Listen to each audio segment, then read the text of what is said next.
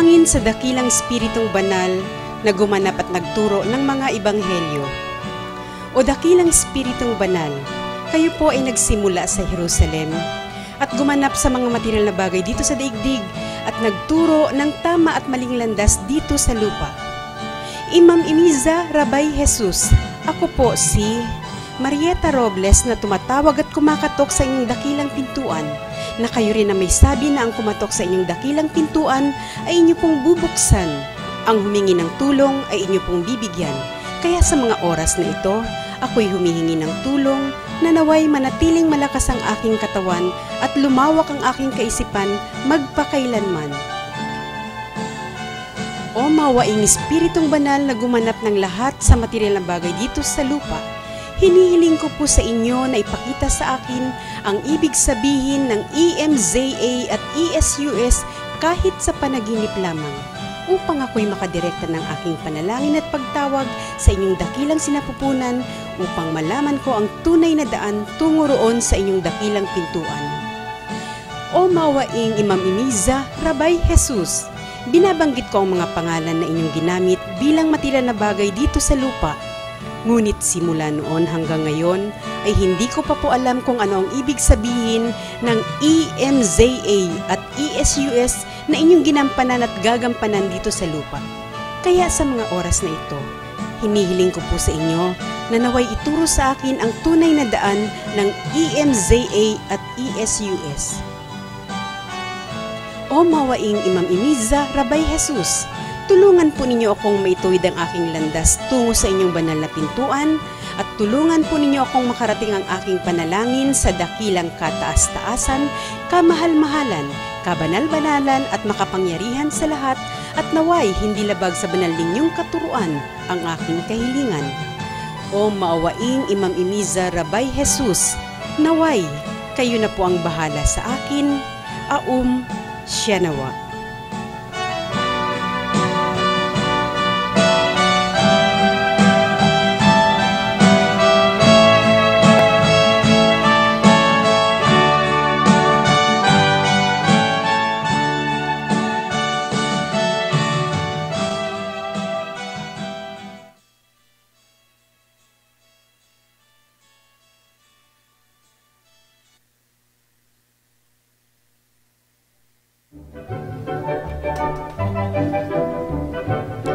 Galaw-gaw, kay harot-harot tignan, maliksi, di mapigil ang gaslaw. Galaw-gaw, ang lahat ginagalaw, napakaharot at pakialam. Tindig by Etama Robles. Ang programang maghahatid sa buong mundo ng tunay na balita. NEWS News.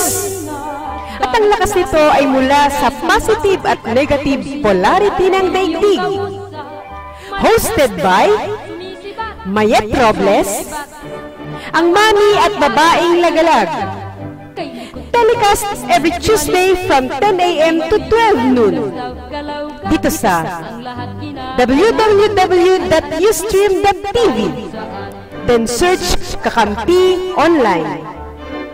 Ang Kakampi Online ay matatagpuan sa ground floor ng Pinoy Pamilya Hotel near corner EDSA FB Harrison, Pasay City. Ang recorded videos mula January 2014 ay masusubaybayan sa YouTube. I-search lang ang Tindig by Etama Robles. Para sa inyong mga katanungan o kahit na anong laman ng kaisipan, mag-email sa etamarobles@yahoo.com o tumawag o mag-text sa mga numerong kung tawagin siya'y ganyan, na trumpong tumatarang, nakalilitong masdan at aliparot.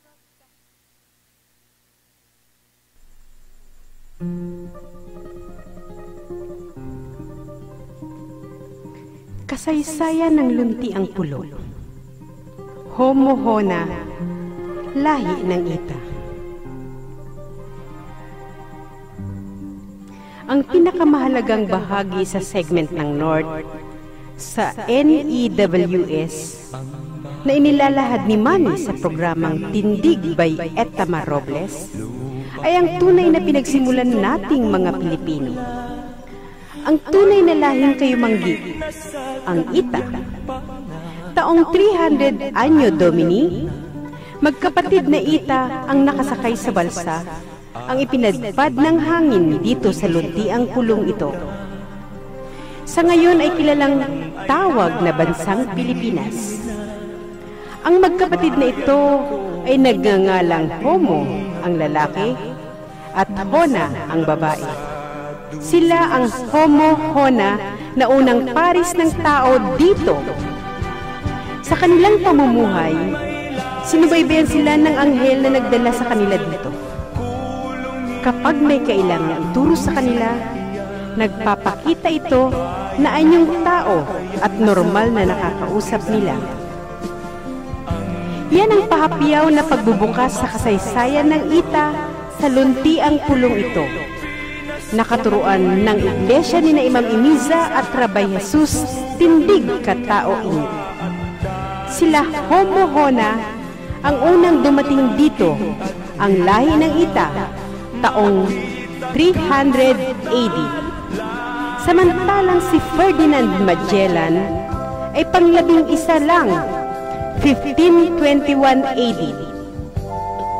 Si Magellan ang kinilala sa history natin na nakadiskubri ng Pilipinas dahil ang gobyerno at pundasyon ng saligang batas dito sa Pilipinas ay Kastila.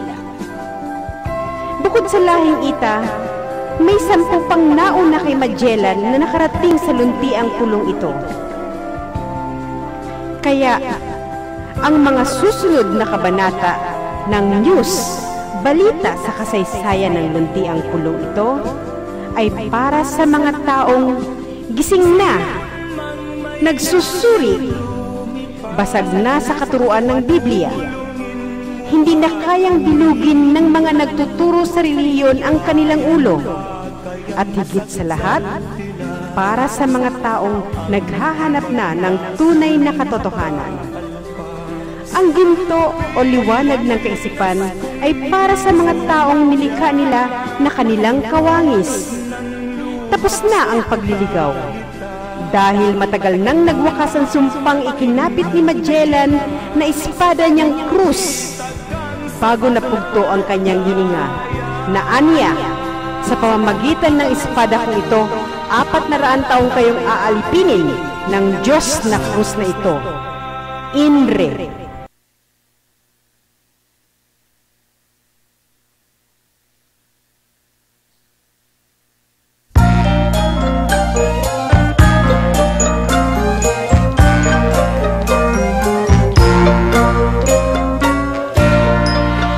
Sa Paskong darating, Santa Claus nyo'y ako rin. Hola! Biba! Ohayo gozaimasu! Siyempre, mabuhay po tayong lahat sapagkat lahat tayong taong nilikha sa mundong ito, tayo po ay sumigaw ng uha! Uha! Uha! Yan po ang root word, ang power na ating isinigaw. Kaya tayo ay nananatiling buhay sa mundong ito. Opo, katapusan na po halos ng aking programa para sa taong 2014. Pero sabi nga, kung may huli, meron uling panibagong simula. Kaya, abangan po ninyo ang 2 oras na ito na huling paglalahad ko o huling episode ko sa programang Tindig by Etama Robles sa taong 2014 dahil meron po akong pinaghandaan na balitaan sa Rembrandt na kaganapan sa kasalukuyan sa luntiang pulong ito tungkol doon sa usapin ng Bureau of Correction natin. Kaya ang isang retired general na si Dionisio Santiago ay maglalahad po ng kanyang kasaysayan. Mangungumpisal po, parang nangungumpisal siya kung ano talaga yung kanyang nakaraan habang siya ay pinuno ng Bureau of Correction, habang siya ay director doon. And then kasamahan po niya si Ado Paglinawan, si Attorney Larry Gadon, at saka si Calion Peralta. Apat po sila na bisita namin sa Rembrandt doon sa balitaan noong December 19, 2014. At yun po ang huling balitaan sa Rembrandt sa taong 2014. Anyway, yan. And then sa portion B at saka C po yun. And then ano po ang pwede nyo abangan sa portion D? Yan. Silipin po natin kung anong meron, ano ang hitsura ng istasyon ng radyo ng DWBL at DWSS. Yan, kasi po nakarating po ako nung nakaraang Sabado, kaya po nagkuha-kuha din po ako ng video. At kung ano ho ang ginawa ko doon, yan, malalaman nyo po sa portion D dahil meron po ako 7 minutes na inihandang video doon na kaganapan. And then, kasabay po nun sa portion D, yan, meron po akong magandang balita. Good news dahil po ang aming anak sa tindig, ang aking pamangkin na si Patricia Nicole na minsan ay humahalili at sumusuporta sa akin sa pagpoprograma ko noong taon 2013.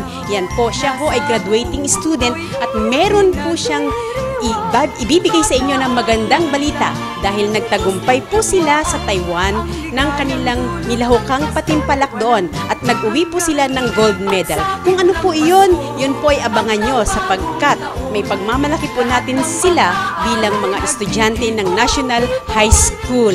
National Science High School.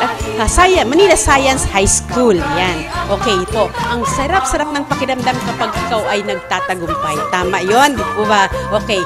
Saluhan natin siya sa kanilang kaligayahan at katuwaan. Feel natin yung kanilang energy.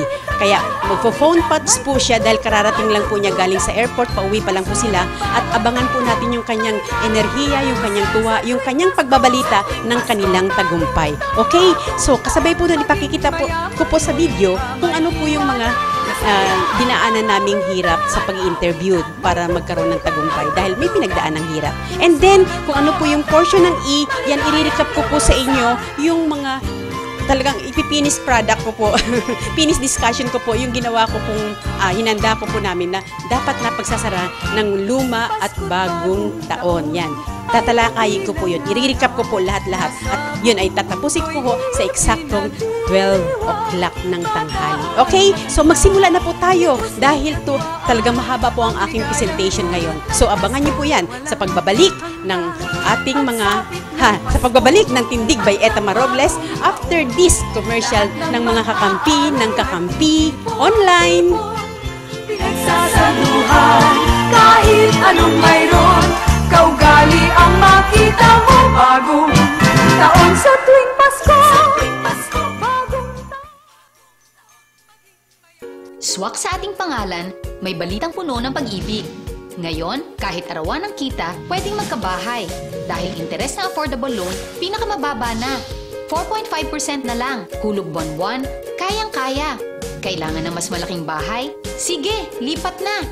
Sa regular housing loan naman, binaba ng 40%. Milyon-milyong buhay na ang aming napaganda. Dapat kayo naman. Sa pag-ibig, ang pinaghirapan may katuparan.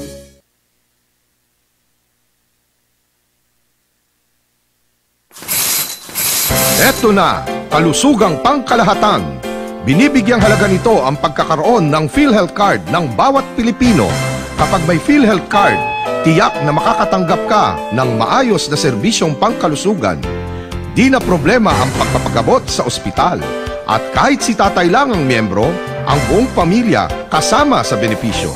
Kaya dapat may PhilHealth Card tayong lahat. Mag-enroll na sa pinakamalapit na PhilHealth Office.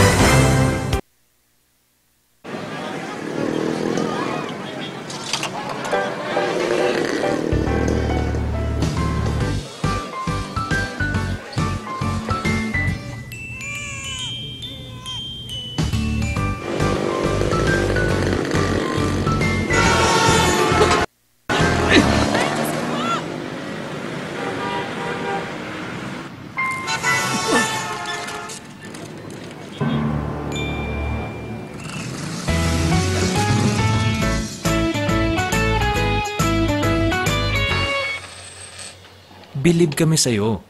Sa tuloy-tuloy mong hulog sa SSS, protektado ka at yung pamilya. Mag-member na.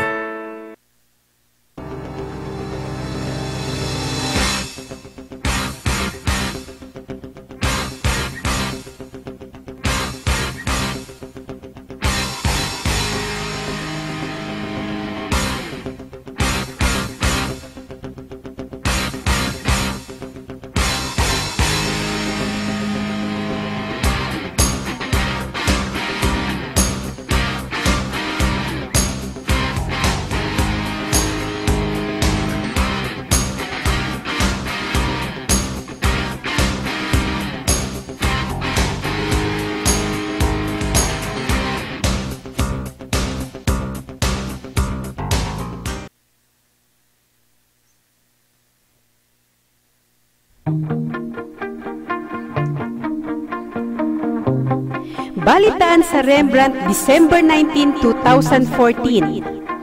Ang pinakamainit na balita nitong buwan ng Disyembre ay ang tungkol sa tunay na sitwasyon sa Bureau of Correction. Yan ang dahilan kung kaya ang bisita ni Dr. Eric San Juan ng araw na iyon ay si retired General Dionisio R. Santiago. At ito ang kanyang mga totoong karanasan bilang dating direktor ng naturang tanggapan. Sasabihin ko is based on my experience. Treat me as a resource person. Hindi ako nagko-question, hindi ko trabaho mag-question ang ginagawa ng sinundan ko sa noong sumusunod sa akin. Ang ginagawa ko is to prepare the grounds for those who will follow me. This is our portion ng trabaho ko. So kung ano man ang pagkakaiba ng alam mo, iba-ibang tao, iba-ibang approach, iba-ibang management style. Yung management style ko, kinukwento ko kung ano yung mga approaches na ginawa ko. Kung gusto lang gayahin na. Pero akong ayoko, yung babanatan mo yung nauna sa'yo. Dapat sa akin, biski sa PDS, sabi ko, let us not talk about statistics. Ang pag-usapan natin, may problema pa. Ang importante, tanggapin mo may problema. Then, try to solve the problem. Kailangan alam mo kung ano problema. Sa akin, ganoon lang. So, kung ano man yung, ang importante, when you assume a public office, it is a public trust. Ako sa Bilibid, nung umupo ako dyan, pinapoint ako, pero hindi ako nagtuloy-tuloy. Hindi ako nakaupo dyan. Because I was told, si Secretary Liwa, may tatapusin pa. So, ang trabaho ko, anong ba alam ko sa Bilibid? Wala akong kalam-alam dyan. Naging detention, naging head ako ng Intelligence and Security Group, where we detain sila sa Turo Campo, sila Rolly Quintana, yung mag-asawa na si Satur and wife, si di ba, yung babaeng writer din. Si Bobby Malay. So, si Bobby Malay. So, because I was not immediately made to sit there, ako pinag-aralan ko ano ba yung Bilibid. Pero yung gap na yon, bago ako in-appointed, bago ako pinaupo, pinatutuhan ako, but that was not enough. Tanga pa rin ako pagpasok ko. 4 years ako sa academy, pagdating ko sa field, tatanga-tanga ako, I love God. So, may dynamic siya. Pag-aralan mo yan. And walang katapusan ng pag-aaral ng organisasyon. Tapos ang time ko, konti ang siga dyan. Konti ang siga sa Bilibid. Mas marami ngayon. Dahil halo-halo na pumasok dyan eh. Hindi naman ganyan. May droga ng araw dyan, pero hindi ganyan katindi. Dahil hindi naman mga nandyan sila, ex-congressman ng Lusos, ibang hilig noon. Pati yung tennis niya, pinatigil ko. Sabi na, pinatigil ko tennis. Sabi ko, gusto yung mga babae, gusto yung mag-tennis. May tennis court sa labas. Dahil ibang spelling ng tennis nyo pag pumasok kayo sa Bilibid eh. So, pinawal ko yan. Pero nag-create ako, dilinis ko yung Bilibid. Pagkatapos, ang ginawa ko dyan, tinawag ko yung mga bosyo. Because I believe doon sa gang system eh. Hindi ko makukontrol yan eh. Dito sa media lang, nag-aaway-aaway kayo eh. Ilocano, Ilonggo, Tagalog, Kapampangan. Eh, paano ko kukontrolin itong mga loko Pilipino? Eh, po, karamihan nyo kayo, kaya napasok dyan. O, di, ibigay mo authority yung bosyo. Pero may guidelines. Nung hindi tumigil yung mga pinagsasabihan ko, bahala na kayo sa buhay mo. Apuyo, Mindoro, Palawan. Doon na nga namatay iba sa Palawan eh. O, paano sasabihin na hindi wala akong ginawa? At ang mga illegal dyan, pati employees nagagawa, nagtatayo ng bahay. Tinibag ko yan. Sabi ko, mamili kayo. Tinibagin ko o kayo na. Pag tinibag ko yan, wala kayong mapakinabangan ng materyales. Kung kayo magtitibag yan, bawin nyo yung plywood nyo. Yung kahoy nyo. So yan ginawa ko. At ako, isom niya ako. Nag-i-inspect ako dyan hanggang gabi. Yung pasok ng babae dyan, nakamotor ako, nakapuruntong ako, chinelas na putpul. Alas 10 ng gabi, papasok ang mga babae dyan. Isang takbayan. Pag narinig ang motor ko, takbo ko na yan. Oh. Lolokohin ka dyan, na mismong tao mo ng preso. Yan tiking, sabi ko, pahirapan kita. Pahirapin ko buhay mo. O, anong tiking? Baka tingin-tingin, paano mahihirap ang buhay nito? Double death sentence pala yan eh. Sa detro naman yung mga yan ng araw. So dito, malukan lang to eh. At ang sabi ko sa kanila, yung isa napatay, si Yap. Si Rhea, yan ang kalaman ni Halosos. Sabi ni Yap, sir, ako pinakamatalino preso rito. Bakit? Wala akong kaibigan tanga. Kaibigan ko lahat ng matinig sa preso. Kinuha ko yung talino nila, nasa akin lahat yan. Ang malungkot nito, napatay siya. Tinanong ako ng misis, sir, bakit napatay si Ray? Napakatalino, napakaingat, magaling talagang tao yan. Masabi ko, simple na ang sagot yan. Mas magaling yung pumatay. Napatay siya, siya namatay, hindi yung pumatay. Di ba? Pagkatapos, marami yung, eto, paano tumahimik ang presohan ng time ko? Unang-una, diyan control the gates. Ito, gate lang diyan, pumapasok lahat eh. Kaya lang maraming unggoy, maraming matching, maraming monkey. No here, no see, no talk, no nothing. Pero yan, hindi lahat ng employees at hindi lahat ng guardia. Kaya kinwestiyon ko, bakit nyo tatanggalin? Sa media nga sabi natin, ayan, out siya yan. Term nyo yan, hindi ko term yan. Ito ang totoong media. Yan ang naintindihan ko through my relationship sa inyo. Sa amin, sa military, kadete pa kami. Alam na namin na magsasaksid at hindi. Ako lang nagsaksid na hindi nila inisip na magsasaksid. Binugol ko silang unang araw eh. Tricycle boy ako. Ang ambisyon ko lang mag-kernel. Ano ba, akalain ko mag-ihimiran ako. O nag-4-star pa. Diba? Sa amin, kaya sa military, pag sinabi, sino ang bagong division commander yan? Ang pangalan ganito. Naku po, napakamalas na unit siya. Pag inasay mo ito, swerte naman ang unit na napakagaling ng commander. Ni-history kami. Sa academy pa, magkakakilala na kami. That's the same way sa Bilibid. They know kung sino yung madumi dyan. At yung time na yan pumapasok yung illegal, kaya nagiging yun ang mga monkey. Yung mga nakakausap dyan. At dyan naman, ang problema mo, pati ako niloko ko, yung katangahan ko, napakinabangan ng legal officer ko. Kumunti pa ako na magkaroon ng draft case. Oo nga. Pinadala naman ng Supreme Court order. Eh, iba na pala letterhead eh. Iba na pala. Dahil, pinamaga ko, lumang letterhead. Eh, ba't naman hindi forgery. Ang ginamit, old letterhead. Ibig sabihin, hindi lang galing sa Supreme Court. Ang nagbigay sa akin, legal officer to. Di escorted pa. Escortan, Supreme Court to eh. O yun, paglabas pa lang, nagpalo pa ng droga ulit. Kaya sa kurap na si Director Santiago. Hindi ko alam, tanga ko eh. Alam nyo, ito, pag-aaralan mo yan, it takes time. It takes time to learn. Tapos pinapasok ko yan. Ang Bilibid, every evening and every morning, physical accounting. Anong role mo? Physical accounting.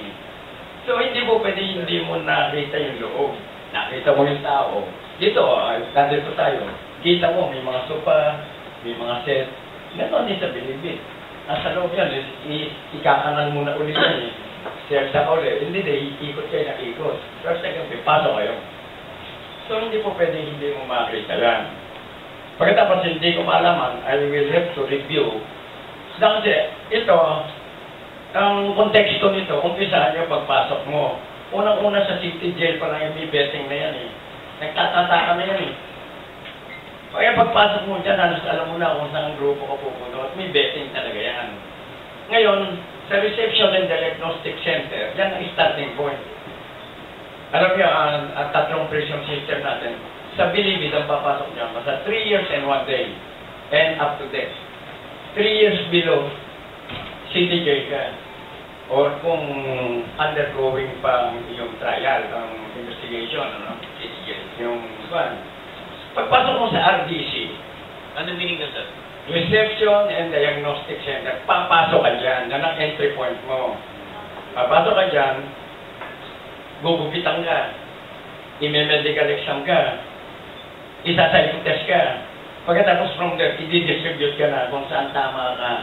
Kasi may medium, may minimum, medium, pero maximum. So, depende sa sentensya yan kung bakit ka nasa medium, bakit ka nasa minimum. Yung minimum halos free falling yan, yung free wheeling yan.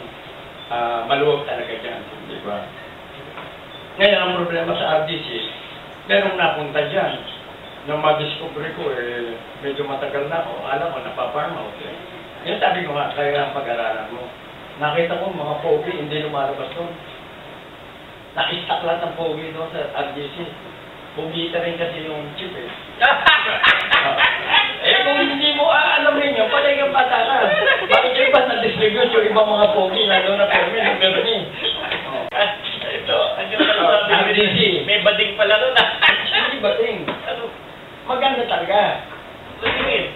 Talaga babae maganda. Guwapa siya. Guwapito yung mga wala na akong wala sabi dyan ha. Basta yan ang istorya pati ako. Ganyan pala yan. This portion is brought to you by Ultra Pure Water Purifier. Samantala sa inyong lahat na gusto ng malinis na tubig, direkta sa inyong mga gripo, narito na ang Ultra Pure Water Purifier. Matipid na, garantisadong malinis na tubig ang hatid pa. Madaling maalaman ng tilo dyan eh. Alam nyo, ang bosyo dyan, i-check nyo. Pag pumasok yung bosyo, siga, yung parang siya. May security yan. You cannot untouchable yan. Ngayon, sino yung madali mong makuha ng mga big time na hindi bosyo? Yung bosyo, hindi pwedeng maarawan yan. Hindi mo pwedeng digitan yan. May payong yan. May taga-payong, talong direkto. Ngayon, pag tingnan mo, may isang Iranian yan eh. Para siyang bosyo, may hindi naman siya bosyo. Alika rito. Chine ko bara. Drugs. Madali eh. Hindi ka kong bosyo, ba't siya ka? Ba't pampered ka? Because that is a privilege na hindi naman kasalanan ng bosyo. Yung ibinibigay sa bosyo ng privilege ng kapwa niya preso. Dahil siya king eh. Kaya tayong lahat dito, pag nakulong tayo, VIP tayo. Dahil marami dyan hindi naman sa kwan, they are not educated. Yung iba dyan nakulong, marami dyan nakakulong, victim of circumstances. Minsan siguro anak natin sarili na iumpog natin sa galit natin, di ba? I think it is a minsan nakasawang, ito na muna kupakan, inis po eh. Pero marami na matay, ministaw na dyan, umangihingi ng gamot para sa nanay, umurahin ng amo, nagdilimang patingin, mabait na, naksinaksak. Ending, believe. At ang nandiyan si Percy Acosta, ang sabi, hindi ba meron naman tayong public attorney's office, yung PAW. Diba? Mabait. Yarin mo na, aminin mo, kabila bahala sa'yo. Pag-amin pala eh, 30 taon pala yung sentensya. Ito mga katatawa nakakatawa ng malungkot na episode. At ito, hindi nyo rin alam, yung congestion ng prison, maraming paraan dyan to decongest. Ang preso natin, hindi ba nagtataka kayo, maraming nagre-reklamo? Kaya I think, hindi baka walang gumawa nito, ako gumawa. Maraming preso dyan, ano ba, sentensya mo, 5 years. O 10 years na, gandahan natin ang 10 years. 12 years ka na, nakaserve ka na, full sentence serve. Ba't nandiyan ka pa? Alam niyo reason dyan. Pag ang case, may lawyer ba rito? Yes, attorney. Attorney. Pag ang case pala, inapil mo sa Court of Appeals, it's a life case. It's not a finished case. So, kahit nakakulong ka, o 10 taong sentensya mo, nakaka-level 5 ka na, may appeal ka eh. Hindi tapos yung kaso. Tama ba yun, attorney? Kaya, dapat doon, bini-withdraw na lang. Paano mag-withdraw? Hindi alam ng preso doon, ibang withdrawal. Alam nila yun. Pero yung withdrawal ng papel, kaya pinalakas to, ang paralegal dyan. That sentence of being served. Na-serve mo sentence mo, pero may case ka eh. Grabe. Wala, hindi automatic yan. It has to be withdrawn. And this is one way to decongest. Pauwiin mo na yung overstaying dyan. Diba? Tumanda na nga iba eh. Yung iba nasa minimum, nasa akin sa Office of the Director.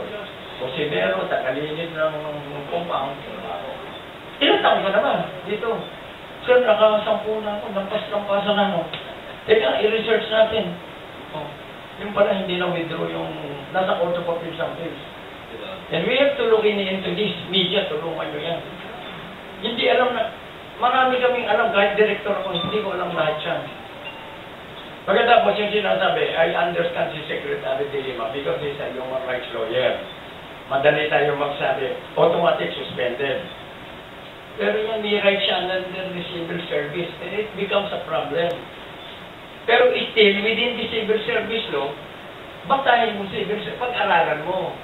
Ikutan mo, mayroong bibigyan na may gray area yan, papapasukin ka. Yan ang expert sa bilibid, yung mga taong nandyan. Paano mo tatanggal? Protected na civil service. O hindi ko raw ginawa. Yun o, Abunares, sumalangit nawa. Nung malaman ko involved sa drugs, nirilig ko, Office of the Director ka, dyan ka na lang. Sumwerdo ka, dahil hindi kita madismiss eh. Ano nangyari kay Abunares, di ba? Dinalik. Paglabas sa bahay niya, pinatay. Si Benjo Tesoro. With due respect kay Benjo, piloting ko yan. Kung matalino ka, tagagawa ka ng poison letter. Sabi ko, ikaw gumawa ng poison letter pa against me eh. O gamitin mo yung husay mo, magsulot ka, mag-research ka. Pero wala ang problema dyan. Yan ang nagpapaikot-ikot na opisyal. Siya lang ang kailangan hanapin dahil I understand si Secretary de Lima. But you can cross. Pwede kang manghirap sa military. Maraming train sa military police dyan. Nag-train. Mga general. Para nag-general. Para nag-aantay ng time. Schooling. Military police training. Marami kayong mamuha sa military at police. Dihiramin mo. Pwede naman yun eh. Ang bawal lang i-detail sa yung mga constitutional, nabanatan ko eh. Yung military, under the constitution, hindi pa na pwede i-detail sa civilian official. Hindi ko alam yan. Ang alam ko, kailangan ko yung mahusay. Kaya halika, dito ka. Coordinate sa armed forces, violating na pala kami ng constitution. Ngayon, there are solutions na sabi ko daw sa mga preso dyan. Alam nyo, ako'y kanto boy ako sa Nabotas. Tricycle boy, fish vendor, nagtitinda ng ice truck, nagkartindero sa shipyard. Pero ako yung utusan din ako ng mga loko. Pag mag-check sila, ako humihawak ng bato. Pag dumating yung asawa, dinabaliban ko yung parang tumalong ka na. Nandiyan na yung asawa. So, dinaanan ko lahat ang katarantasuhan sa kanto. Kaya sabi ko sa kanila, alam nyo, huwag kayong mag-isip ng kalokohan against me. Na kasi pinaplano nyo pa lang, alam ko na gagawin sa inyo. Ganyan ako pag-gago eh. Kung hindi ko napasok sa academy because of government, that's why I'm loyal sa government. Akong bosyo nyo rito. Ha? At dyan, walang matalinong madidihado. Pwede nang ako tagagawa ng love letter mo. Hindi ko marunong sumulat. Susulat ako sa pamilya mo. At sasabihin ko sa inyo, si Angie Reyes nagplano na tumakbong senador. Sabi ko, sir, seryoso ako. Akong bahala sa'yo. May letter item dyan sa bilibid. Eh, national yan eh. National yan. Sabi ko, sir, akong bahala dyan. Tatakbo ka talaga. Hindi sasabihin mo sa pasulatin mo itong mga bata, sulatan ng pamilya. 1 to 5 yan eh. Average ang family. Oh, sulatan yung pamilya nyo ha. Ang pagkandidato ng Secretary, senador natin siya. So, yung bilibid, siya nagtatanong, bakit maraming politikong pumupunta dyan? Siya Luso, siya may-ari ng Zamboanga del Norte. Pagka national election, mga candidate for senator sa pupuntahan dyan. So, the political clout is there. And that is human nature. At ang sabi, bakit ang mga non-politics? Sabi ko, hindi involved sa politics ang iba dyan. Sa USNA, I was there when I was a student at the War College. We visited the senator in charge of the Ways and Means Committee of the USNA. Ano sabi niya? Tinanda ko yan. Ang trabaho namin politiko, ang concern lang namin manalo. So in politics, anything goes. Pag hindi mo acceptin yung prinsipyo na yun, ang kapatid ko, sabi ko, ang kapatid ko, pero may kumakandidato, permin talo. Nung ako magsabi, tumakbo ka panalo. Dahil sabi ko sa kanya, may pambili ka ba ng boto? Wala. Manghingi ka pambili. Manghingi ka pambili. Sabi ng kapatid ko, ano gagawin ko? Mabili ka ng photo. Wala ka pa ng prinsipyo. Sabi ko, yung maraming prinsipyo, wala sa pwesto.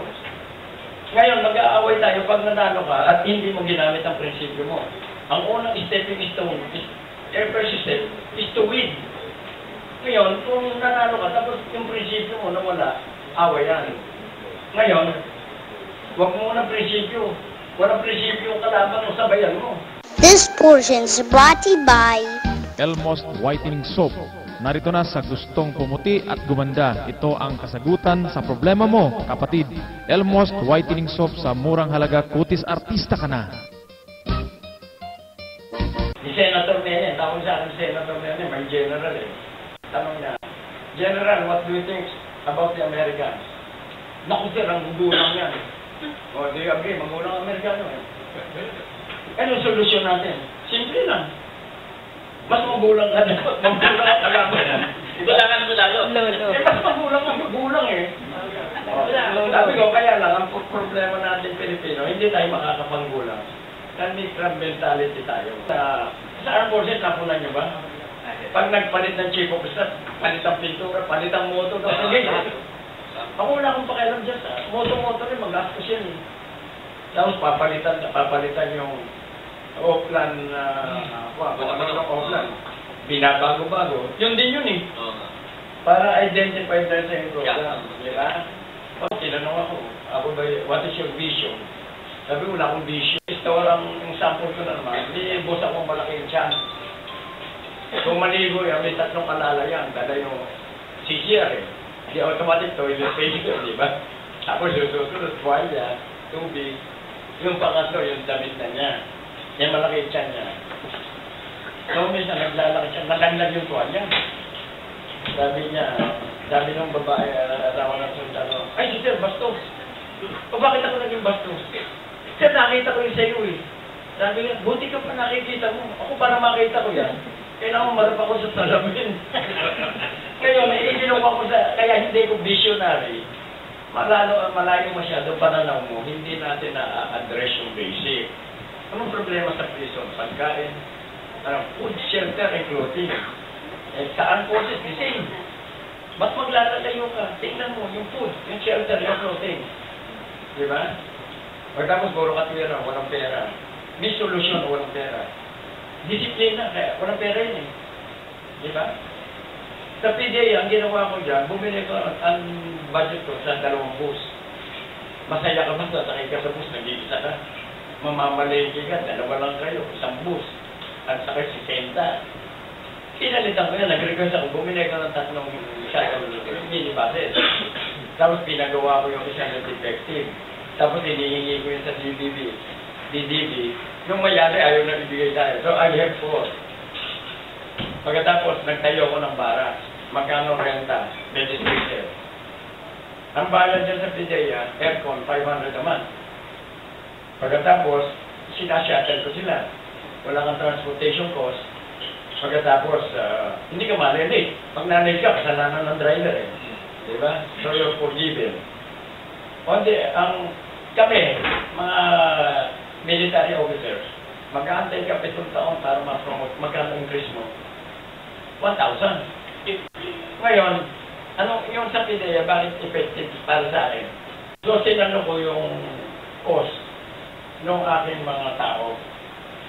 Wala kang transportation cost, minimal ang babayad mo sa housing. So, on the average, I generated savings sa kanila na 1,500. Without promoting them, without increasing their salary, I increase their buying power. Diba? Sa Bilibid, ang pagkain natin dyan, baboy sa kabaka. Baboy sa kabaka ng kapatid mo. Pagkain ng baboy, sa kabaka sakaling makain mo. Ang karne norte doon, inabutan ko, bawat lata, 50 grams. Di bawat preso, 50 grams. Kumuha kayo ng isang CDO, ibang pure foods. Ano naman niya, 150 grams. Hatiin mo sa dalawa ilan. 150 divided by 2, 75. Ang mahal dyan, lata eh. Di ba, soft drink? Ang mahal yung bote. O, pero mo, Na-increase ko ang pagkain mo, Carninote, CDO. Anong sekreto dyan? Kumpare ko si Jerome. So, ang presyo dito, yung mga negosyante ko merong SRP, Suggested Retail Price. Merong Dealer's Price. Pero merong price ng kaibigan. So, bibigyan kita ng Dealer's Price, akala mo, nalugi ko. Meron akong margin pa rin doon. At loko ako, supplier ako. Alam niyo ba sa Bilibid, meron isa dyan, up to now, nakita ko, last year, kailan ako umalis sa Bilibid? I left Bilibid 2004. Nakita ko 2013. Anak ng general. Sabi, sir, dahil sa iyo, naban kami sa Bilibid. Hanggang ngayon, hindi pa kami nakakabalik. Up to now. Dahil ang dinideliver niya isda, ini-inspect ko yun. Sabi niya, hindi sariwa ito, binasa. Sabi sir, sariwa. Sariwa.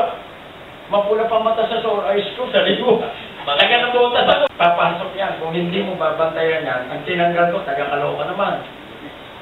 Kasama ang ginagawang sponsor, yung aking teacher na pinsan. Nanda sa akin, hindi double debt. Karkas yan, kakarga ng Cebu. Imagine mo, lalo mabigat yung Cebu. Bola-bolang Cebu, halos yun ang nakasaksak. Kaya ang papasok dyan, kung araw ang totoo lang nakakain ng presyo dyan, munggo. Supplier ako sa Bilibid eh. Ang supply ako dyan. Ako, pag napoplot ako, negosyante ako.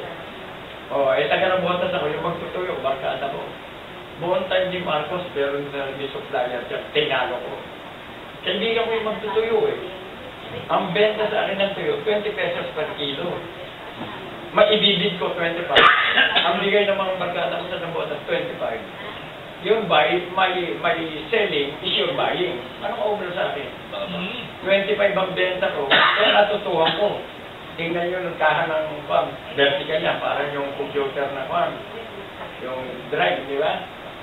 Pag naka-vertical yan, pagka itinihaya mo palapan dyan, iriripak mo 1 kilo per pack, pa-plastic mo. Pagka patihaya yan, pag inangat mo yan, gulo yung kamada. Ang hirap yan, mahirapan ka, isa-isahin mo. Pag patayo yan, isang kamada mo, isang bulot mo ganyan, karga ng karga. So marami kong natutuwan. Sa kakalukuhan ko, supplier ako ng PMMA. Walang perang PMMA, nung nasa Bonifacio yan. Mabaitan din namin yan. Pagka tupas ang presyo, itatas ng superintendent. Pag bumaba, ayaw kami pababay, nakapix kami pataas. Sabi ko, pilyo ka. Pilyo ka. Gumanang kalukuhan sa Santiago. Ano binili ko? Timba. Timba binili ko. Pinuno ko ng tubig. Anong kapartner ng timba? Siringgiya. Hindi ba kayo nagtataka, bibili kayo ng pusit? Mapit ko, napapagtos ko, tubig yun eh. Ang pusit, pag nabili nyo sa nabotas, ilalaglag sa lalagyan yan, kakain ng tubig yan. Pag sinilo mo, puro tubig yung kanilino mo. Ang ginawa ko doon sa manok, saka yung yempo, iniilis ako tubig. O sige, ayaw nyo ibaba. Pagka na naman, pagka ayaw ibaba ang presyo namin.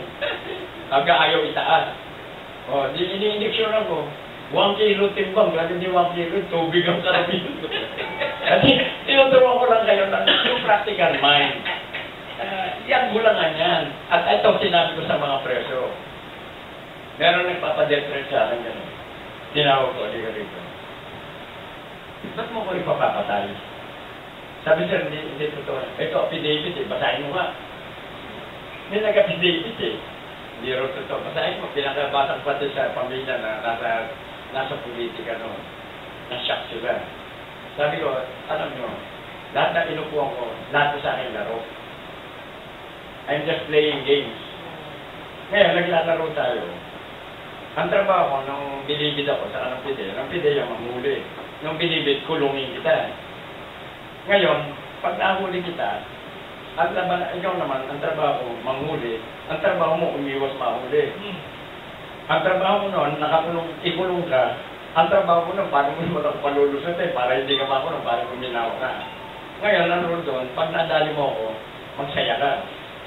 Pero pagka nadali kita, pasensya ka. Pero sa laro, walang dapat buhay. Laro lang yan eh. Ba't mo ko ipapapatay? Ano mo, ang disadvantage mo, sabi ko sa kanya, nakapural ka eh. Hindi ka larga eh. Sabi ko, yan ang problema mo sa akin. Pag buhay ko, kukunin mo, mauuna ka, guarantee dyan. Paano sila na-control? Sa pag-asawa.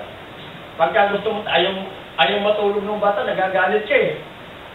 Pagkatapos, pag ang misis mo, ayaw pa, gusto mo, dami mo naman drama, sakaling kita dyan. In-apply ko lang yung what I like, most probably you like. What I don't like, most probably, unless abnormal ka, di ba? Unless exceptional ka. So, ang sabi ko doon, alam niya, paano mo kinontrol? Basta may kasalanan, no-conjugal visit. Eh, nagpiprepare, galing Visayas, galing Mindanao, galing probinsya. Dadating, mabangong, tapos nag-prepare ka, wala kang ginawang kalokohan. Sasabi ko, ang tigas ang ulo nyo, magmalyang palas kayo. Muna nung tumino. Tapos yung matitigas na ulo ng mga misis, alas 4, dapat tanggal lang pa dyan. Hindi makontrol. Dapat no visitors na. Ginamitan ko sirena. Ginamitan ko ng batinting. Ginamitan ko ng driller. Wala pa rin. Binaba ako. Sinempo ko, alas 4. Bumaba ako from the office, pasok. Diretso ko, 4:10. 4:10. May mga bisita, nagkukwento ko, sarap na sarap. Sabi ko, nung malapit na sa gate, guard, close the gate. Sabi ng mga bisita, sir, hindi nyo lang. Hindi, ayaw nyo lumabas. Di oras nga eh, nandito pa kayo. Mukhang gustong-gusto nyo sa loob. Huwag na kayo lumabas. Dito na kayo matulog. Technical lang yan. Sabi ko, there are so many solutions that will not cost you money. Pero eventually, in the end, you will have to come out with a solution na may pera. Kaya marami kong akala nila, military lang. Buddhistic kami. Kami yung grupo na may master na lahat. Maraming AI yung graduate kami. Visit the website. Private prisons in America. Hindi lang sa America, in London. 90% of the prisons in America are privately run. You put up a business, i-register mo sa stock exchange yan, you get investors, you put up facilities. Magtayo ka na ng warehouse yan, building or working area. Sa atin ang working area dito sa Bilibid, kasama sa tirahan kaya magulo. Sa other prison, modern prisons, ang work area is separate. Yung mga preso dinadala. Hong Kong is one of the best. Ako nagpapunta kay Rabo dyan, 4 ang binadala ko. Si Rabo, si Estipona, si General Cruz, si Albano, si Rene Albano, at si Schwarzkopf. Patay na si Estipona at si Rene Albano. Ang natira dyan, si Rabo. Kaya nakakapagsalita si Rabo. Because yung private prisons, maraming collateral income dyan. Yung kung pinatira ko sila sa Hong Kong Correctional eh. Sa Hong Kong Correctional, na napunta na ng Hong Kong, lahat ng wrong signs niya gawa sa loob ng presohan. Lahat ng uniforme ng mga pulis dyan, pulis nila, government functionaries, sa Hong Kong ginagawa. Lahat ng laundry, ng linens, ng mga government hospitals, dyan ginilo laundry. So you can put up laundry. If you visit the web, makikita nyo, nandyan ang mga company sa US na nagkukontrata ng prisoners. Yung gumagawa ng mga armor vest and helmet sa US, sa prison ginagawa yan. Sa Israel, ang gumagawa ng harness ng mga jet fighters nila, sa Israeli prison. Ano pa makikita nyo, ang title niya, Private Prisons in America, Big Business or New Form of Slavery.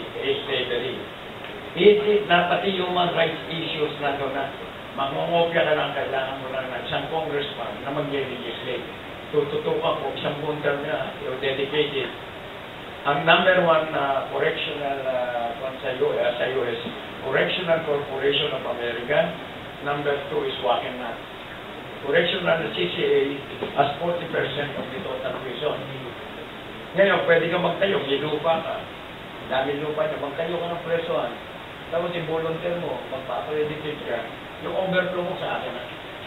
And you earn a lot of money, ha? Kaya sabi ko sa inyo, yung medyo masipag kayo mag-sure, tigilan nyo muna ng politika, negosyo muna. Patay na tayo, kumikita pa pamilya. Abangan ang ikalawang bahagi ng Balitaan sa Rembrandt December 19, 2014 matapos ang mga kakampi ng kakampi online. Sa pagbabalik ng Balitaan sa Rembrandt December 19, 2014. Swak sa ating pangalan, may balitang puno ng pag-ibig. Ngayon, kahit arawan ng kita, pwedeng magkabahay. Dahil interes na affordable loan, pinakamababa na. 4.5% na lang, hulog buwan-buwan, kayang-kaya. Kailangan ng mas malaking bahay? Sige, lipat na! Sa regular housing loan naman, binaba ng 40%. Milyon-milyong buhay na ang aming napaganda. Dapat kayo naman. Sa pag-ibig, ang pinaghirapan may katuparan. Eto na, kalusugang pangkalahatan. Binibigyang halaga nito ang pagkakaroon ng PhilHealth Card ng bawat Pilipino. Kapag may PhilHealth Card, tiyak na makakatanggap ka ng maayos na serbisyong pangkalusugan. Di na problema ang pagpapagabot sa ospital.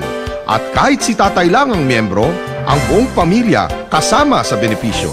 Kaya dapat may PhilHealth Card tayong lahat. Mag-enroll na sa pinakamalapit na PhilHealth office.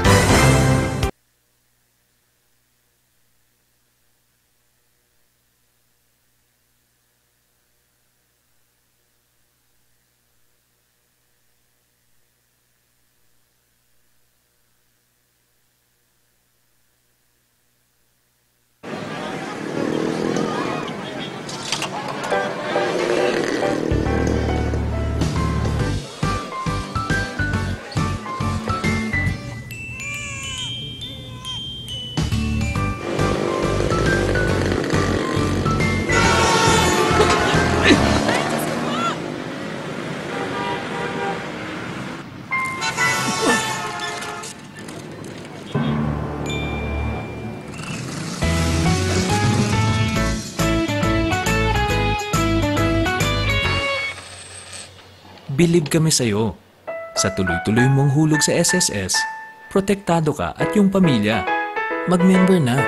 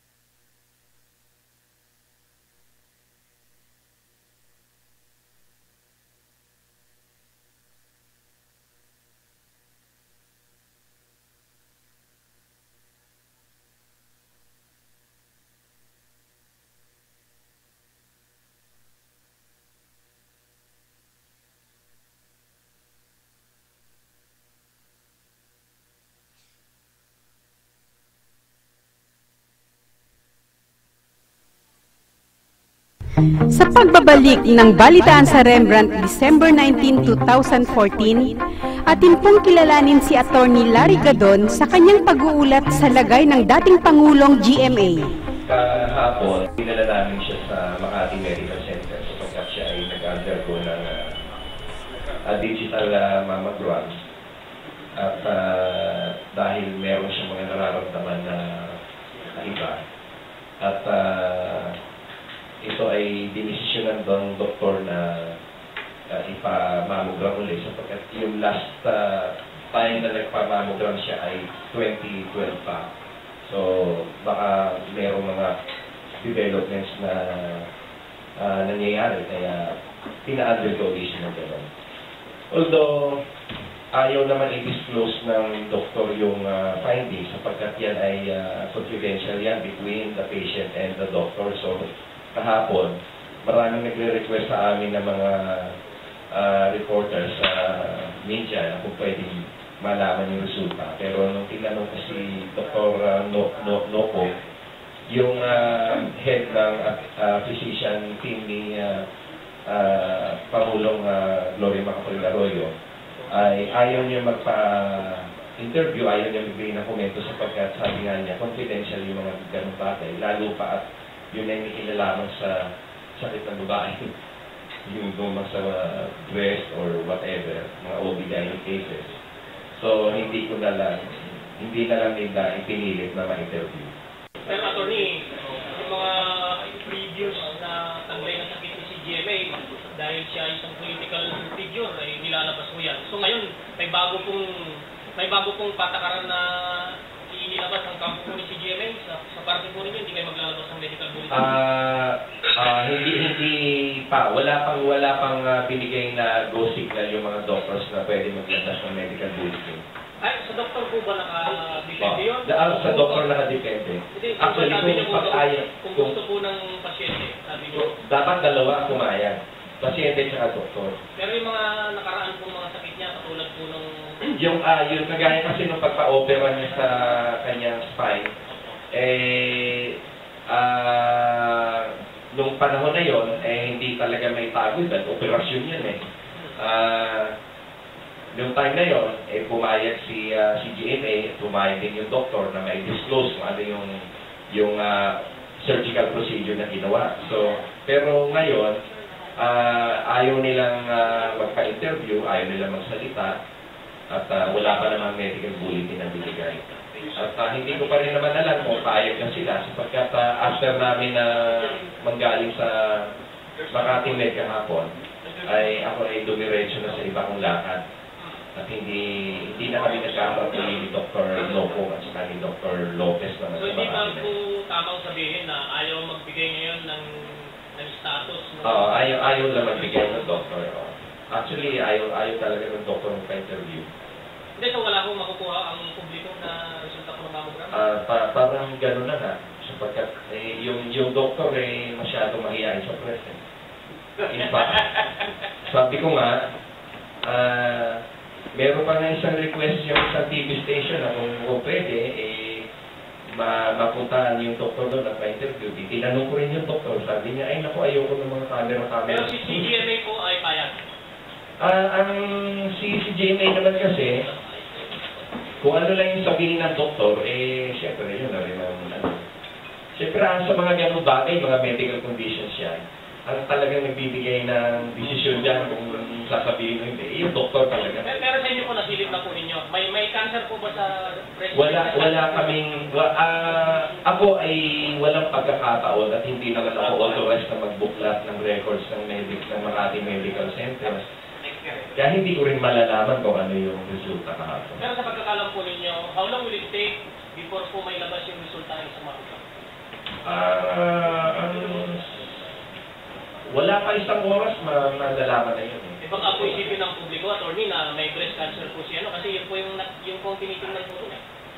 May history kasi ng breast cancer yung family niya. So, para makasiguro yung doktor na yung mga previous na digital mammogram niya ay walang para malaman kung mayroong pagkakaiba doon sa dati, ay ginawa nila yung kahapon. Kasi yung last time na nagkaroon siya ng digital mammogram ay year 2012 pa, early part of 2012. So, hindi ko rin alam humingi ako ng paumanin sa inyo sapagkat ako ay hindi doktor at hindi kami sa legal team, hindi naman namin tinitingnan yung mga updated medical reports ni GMA, lalo pat ito ay may kinalaman sa mga OB cases, mga ano. Ang nalalaman lang namin, yung ginamit namin na mga grounds doon sa mga motions namin, kasi yung dahil doon sa operasyon niya, yung... Yes or no, may breast cancer po ba? Tingin ko wala naman. This portion is brought to you by Ultra Pure Water Purifier. Samantala sa inyong lahat na gusto ng malinis na tubig, direkta sa inyong mga gripo, narito na ang Ultra Pure Water Purifier. Matipid na, garantisadong malinis na tubig ang hatid pa. Sa ngayon, meron kaming hinihintay na pending motion sa Sandigan Bayan, First Division, para payagan si former President Macapagal Arroyo na makapag-furlough, Christmas furlough, from December 23 to January 3, na siya ay payagan na makauwi sa bahay sapagkat gusto rin niya makapiling ng pamilya ng matagal. At bukod sa pamilya ay ang kanyang mga malalapit na kamag-anak at mga kaibigan at saka ang kanyang mga constituents ay gusto rin niyang makasama. Kasi sa veterans kasi masyado restricted yung movements to, masyado restricted yung protocol ng visitors. From 3 p.m. to 9 p.m. lang. So talagang very limited. In fact, napakarami ng mga gustong bumisita sa kanya. Yung appointment sa secretary doon, hirap na hirap kung paano ito traffic yung visitor. So, lalo pa Christmas season. So, napakahirap talaga. So, ang sabi nga namin, siguro mas maganda kung payagan na lang na magkaroon ng Christmas furlough kahit na ilang araw lang. Para naman mapagbigyan yung kahilingan ng marami na mabisita siya. Sapagkat until now, napakarami pa rin mga supporters ni CGNA ang gustong makita siya at makapili siya kahit itong Christmas season na. At yun, ang pending motion na yan for Christmas furlough ay hinihintay namin ang resolution siguro sa next week, mga Monday or Tuesday, lumabas. Ang totoo niya, kaya nga kami nag-hain ng motion for bail para siya ay makapag-konsulta ng iba pang mga doktor na makakapag-correct ng kanyang surgery. Sa totoo lang po, si CGNA ngayon ay payat na payat. Napakahina ng kanyang katawan dahil hindi mo siya makakain ng tama. Tuwing nga kakain kami, madalas siyang mabilaukan. So, lagi siyang pumupunta uli ng CR para isuka yung kanyang kinain. So, nahirapan siyang lulungin ito. Ngayon, hindi naman solusyon, yung araw-araw ay naka-dextrose siya. O siguro mga once or twice a month, pipilitan siya mga-dextrose. Pero hindi pwedeng araw-araw ay naka-dextrose just to supplement yung kakulangan niya sa pag-food intake. So, ang solusyon talaga doon ay pilitin niya kumain. Eh, pag pinipilit naman niya kumain, laging na-choke. O laging na-choke. One time, she was almost brought to the operating room to be operated on just for removing the obstruction. So, ngayon, medyo nahihirapan kami. At ang kagandahan naman nito, sa isang forum kahapon, at isang legal expert na former dean ng FTU, College of Law, and Adamson College of Law, sinabi niya na although siya ay malapit sa mga kuwako, kaibigan niya mga kuwako, naniniwala siya na dapat ay bigyan ng bail si Jimmy sapagkat binigyan ng bail lahat except siya. Eh, ang sabi niya, dahil siya ay batikan at backup notcher, being na College of Law, bar reviewer, bar examiner, sabi niya, hindi dapat, dapat bigyan ng bail si CGNA sapagkat sa theory ng Sandigan na ang crime na ginawa nilang plunder ay in connivance with others. So kung ang ganun na theory nila, the act of one is the act of all. Kung pinagpiyansa mo yung lahat, dapat pagpiyansa yung isa. Dahil, ano yan conspiracy yan. So kung walang conspiracy, dapat lahat bigyan ng bail. Ngayon, kung may conspiracy, bakit may pagbe-bail yung lahat, tapos accept siya? So talagang makikita mo doon yung bias at saka yung persecution. So sabi niya, natutuwa nga kami sapagkat si Dean Antonio Abad, ay abogado ng kapatid ni former president of the... Pati ng FDL yan. Binuhin, isa pa lang. Sa pag-aari ng mga kuha ko, pag-aari ng ate ni Cory. Pero ang pananaw niya, bilang abogado, bilang expert, dapat nabigyan ng bail si GMA. At ang nakakatuwa pa doon, sinabi niya na wala nang ebidensya yung kaso. Walang blunder at ito'y dapat na ma-dismiss sapagkat ang sinasabi niya, ang witness ng prosecution mismo, nagsasabi na yung COA witness, sinasabi ng COA witness na cleared lahat yung disbursement ng PCSO intelligence funds. And ang sabi ng COA, hindi naman ang presidente ang responsible officer dyan sa funds ng COA, kundi yung general manager, yung board nila, yung disbursement officer. So yung presidente, nag-approve lang yun ng request for additional intelligence funds, pero hindi naman siya humawak ng pera. At sinabi na ng COA witness na wala namang papeles o dokumento na nagpapakita na yung intelligence funds ay i-transfer sa Malacanang o ibinigay sa Office of the President. Kundi ang disbursement lahat sa kanila.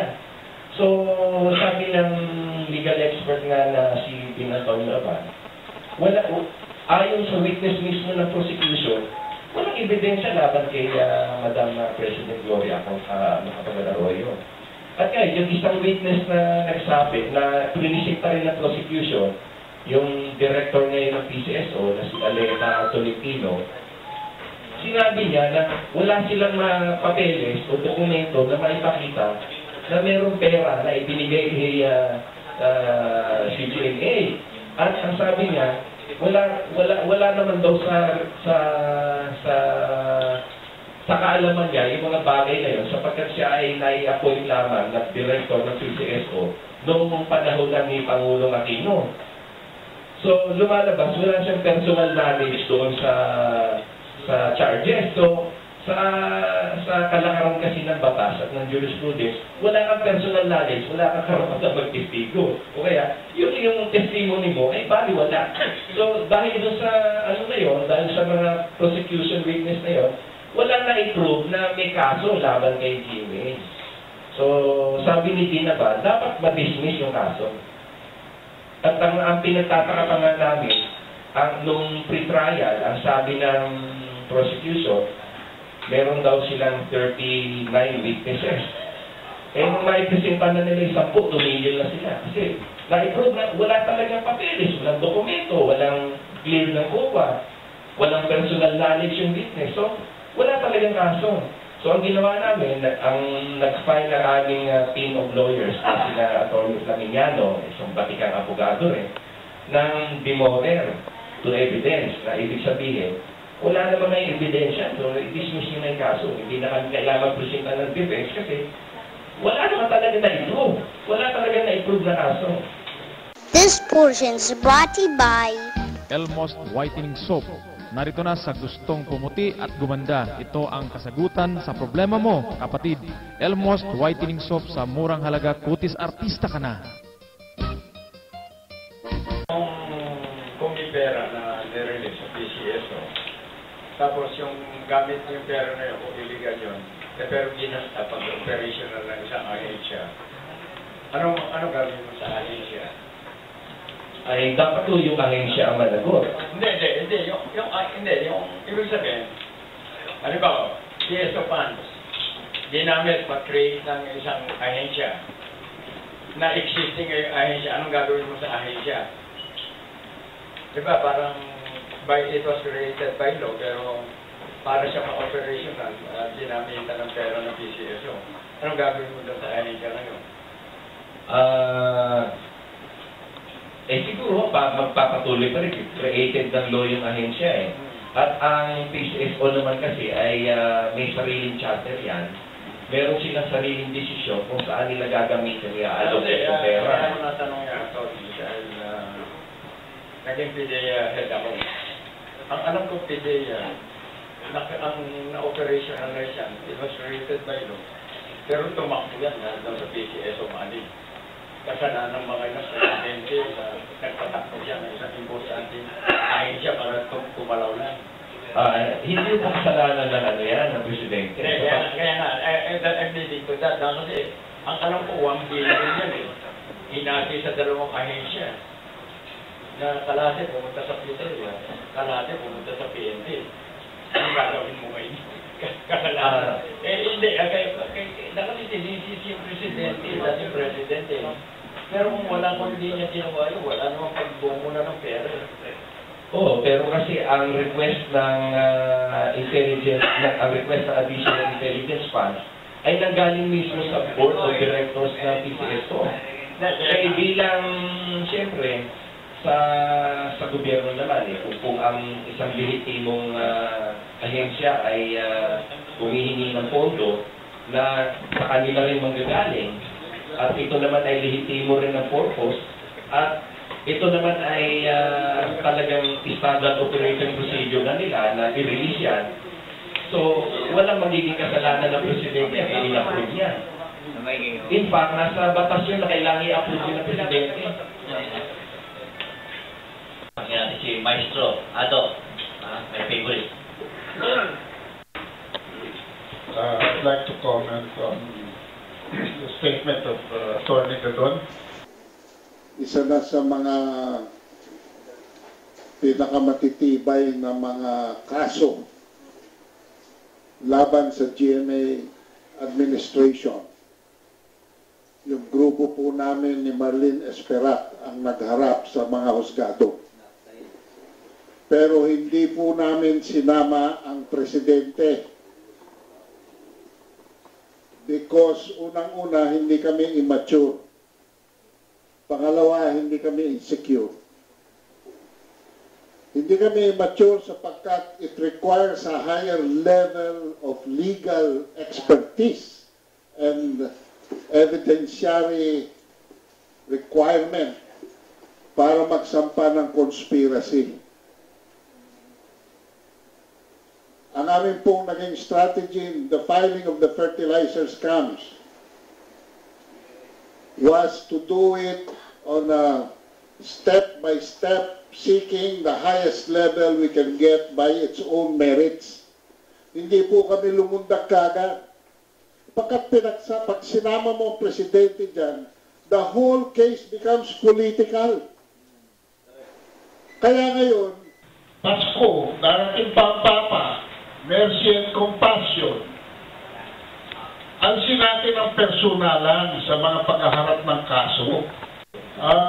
Perhaps some people here will not agree with me. Nung sampahan ng kaso yung 3 senador, walang mangyayari dyan. Bakit? Sa ating maliit na kaalaman sa batas, these 3 senators are accessories after the fact.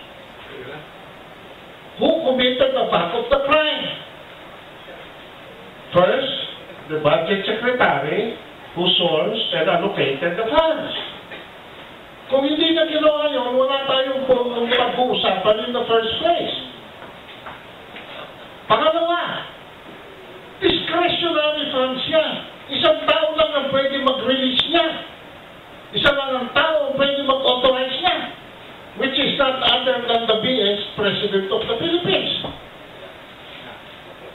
Pangatlo, hindi pa rin yan perfect crime, perfected for prosecutorial purposes. Dahil yung pondo, hindi pa nare-release. Sino magre-release na? Implementing agency. Pero nabasa nyo ba sa mga citations and indictments against the 3 senators? Kung nandyan ang pangalan ni Abad, ni Aquino, at ni Alcala, the 3 A's, the 3 BSS, the budget secretary, Benigno Senior, and the big spender, puro BS yan. Wala!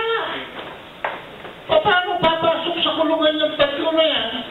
Eh yung mastermind ng gumawa ng krimen, correct me if I'm wrong, at attorney lang, ay wala doon sa kaso.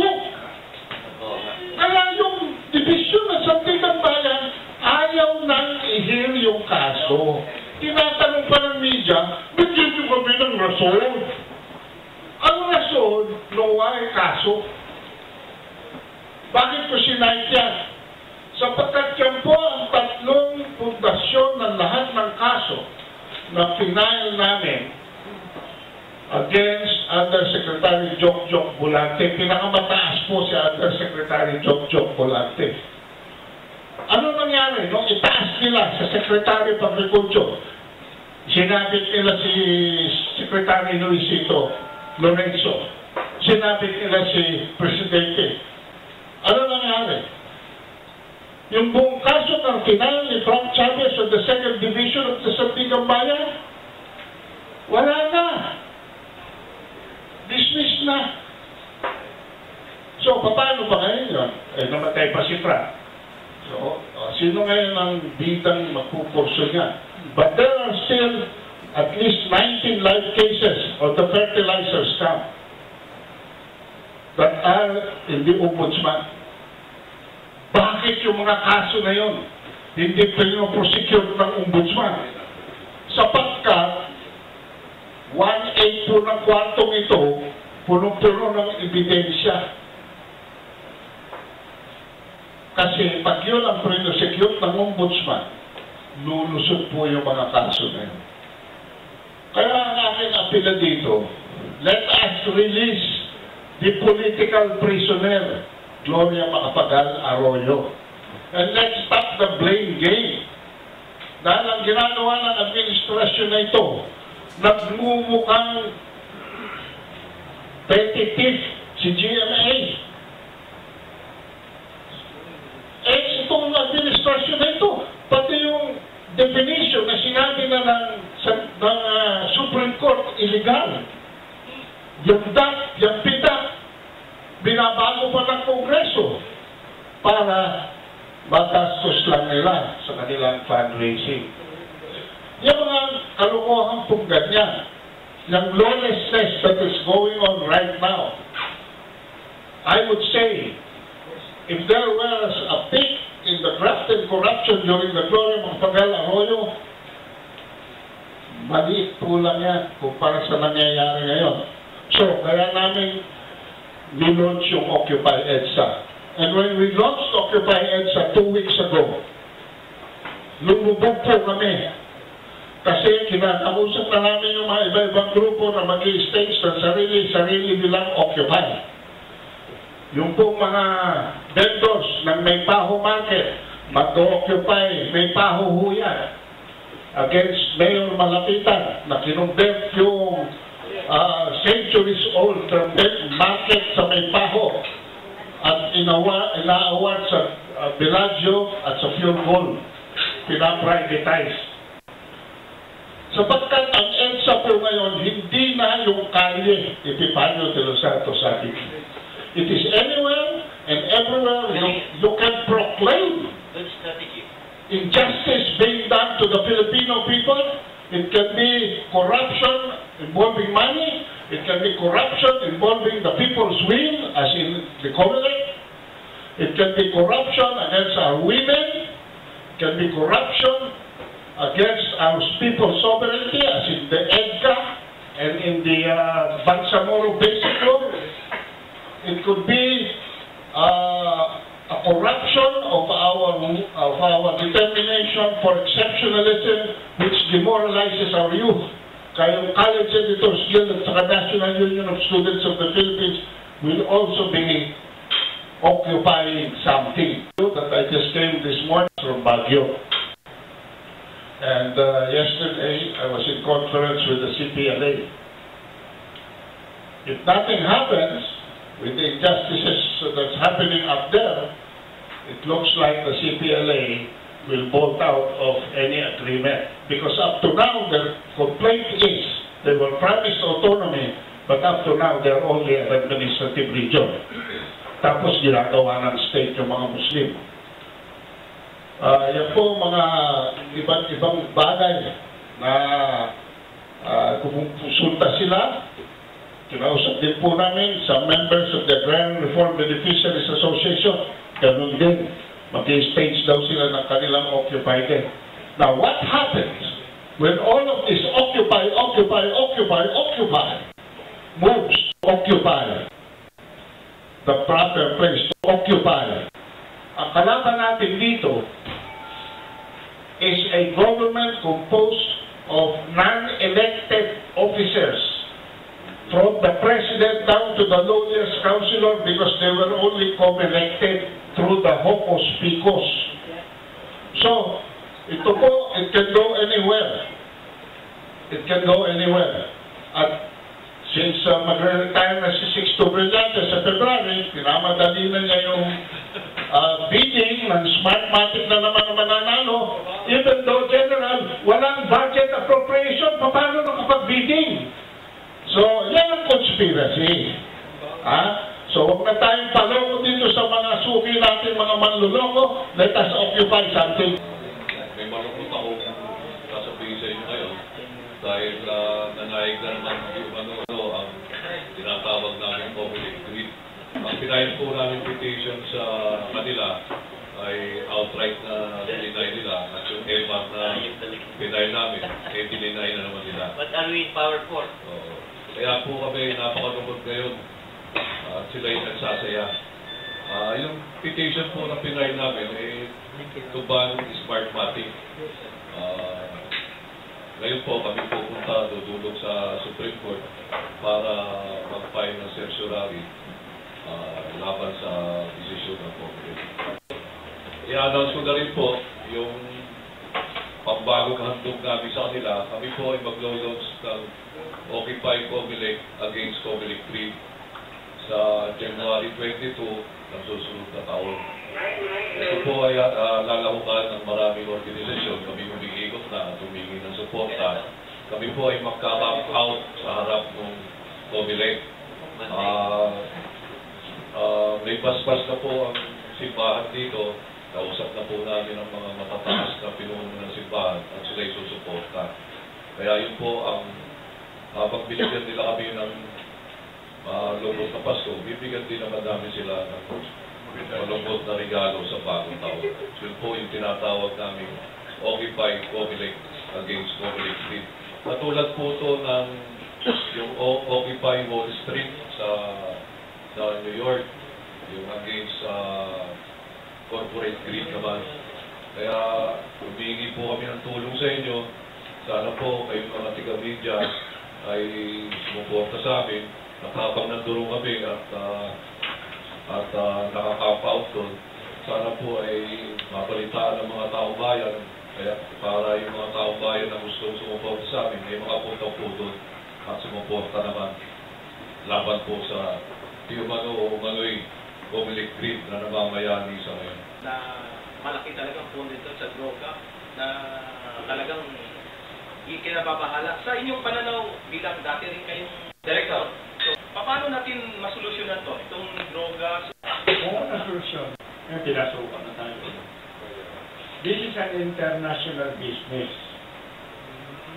So ang sistema, meron ng, sa sistema natin, kahit ang gano'ng kalinis ang umupo dyan, bulog na sistema, hindi na kaya. Hindi ang sistema natin na kasi international na. Una, gusto natin tourism.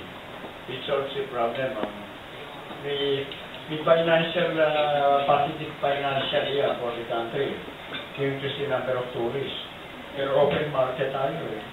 Nandito, overstaying Koreans, undocumented Chinese, pumunta ka sa Divisoria, puro undocumented yan. At maraming in-check dyan, may kakilala ko nagtrabaho sa network. Ang in-check dyan, papasok sa ang pangalan, sa ISS. Papasok ka sa resort pool, mga batang in-check. Ang dadaming pera, sugaran-sugar. Kahit dalawang po Santiago, ilagay mo dyan, dalawang pong matitino. Ang problema kasi ng droga, hindi lang naman PDEA, hindi lang enforcement eh. O hindi ba kami dinali? After ng enforcement, trabaho ko maghuli. Pero prosecution, Department of Justice, wala akong control yan. After Department of Justice, okay, sige kaso. Inquest. Korte na. Court na yan. Pag nasa court ka, Bureau of Correction, BJNP ka, pagkatapos yan, papasok na naman ibang ahensya, reformation. it's a big problem.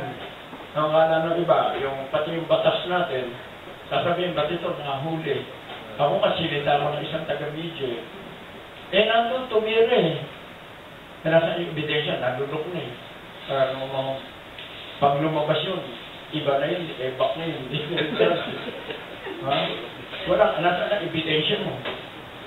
Dito, this is a very simple matter eh.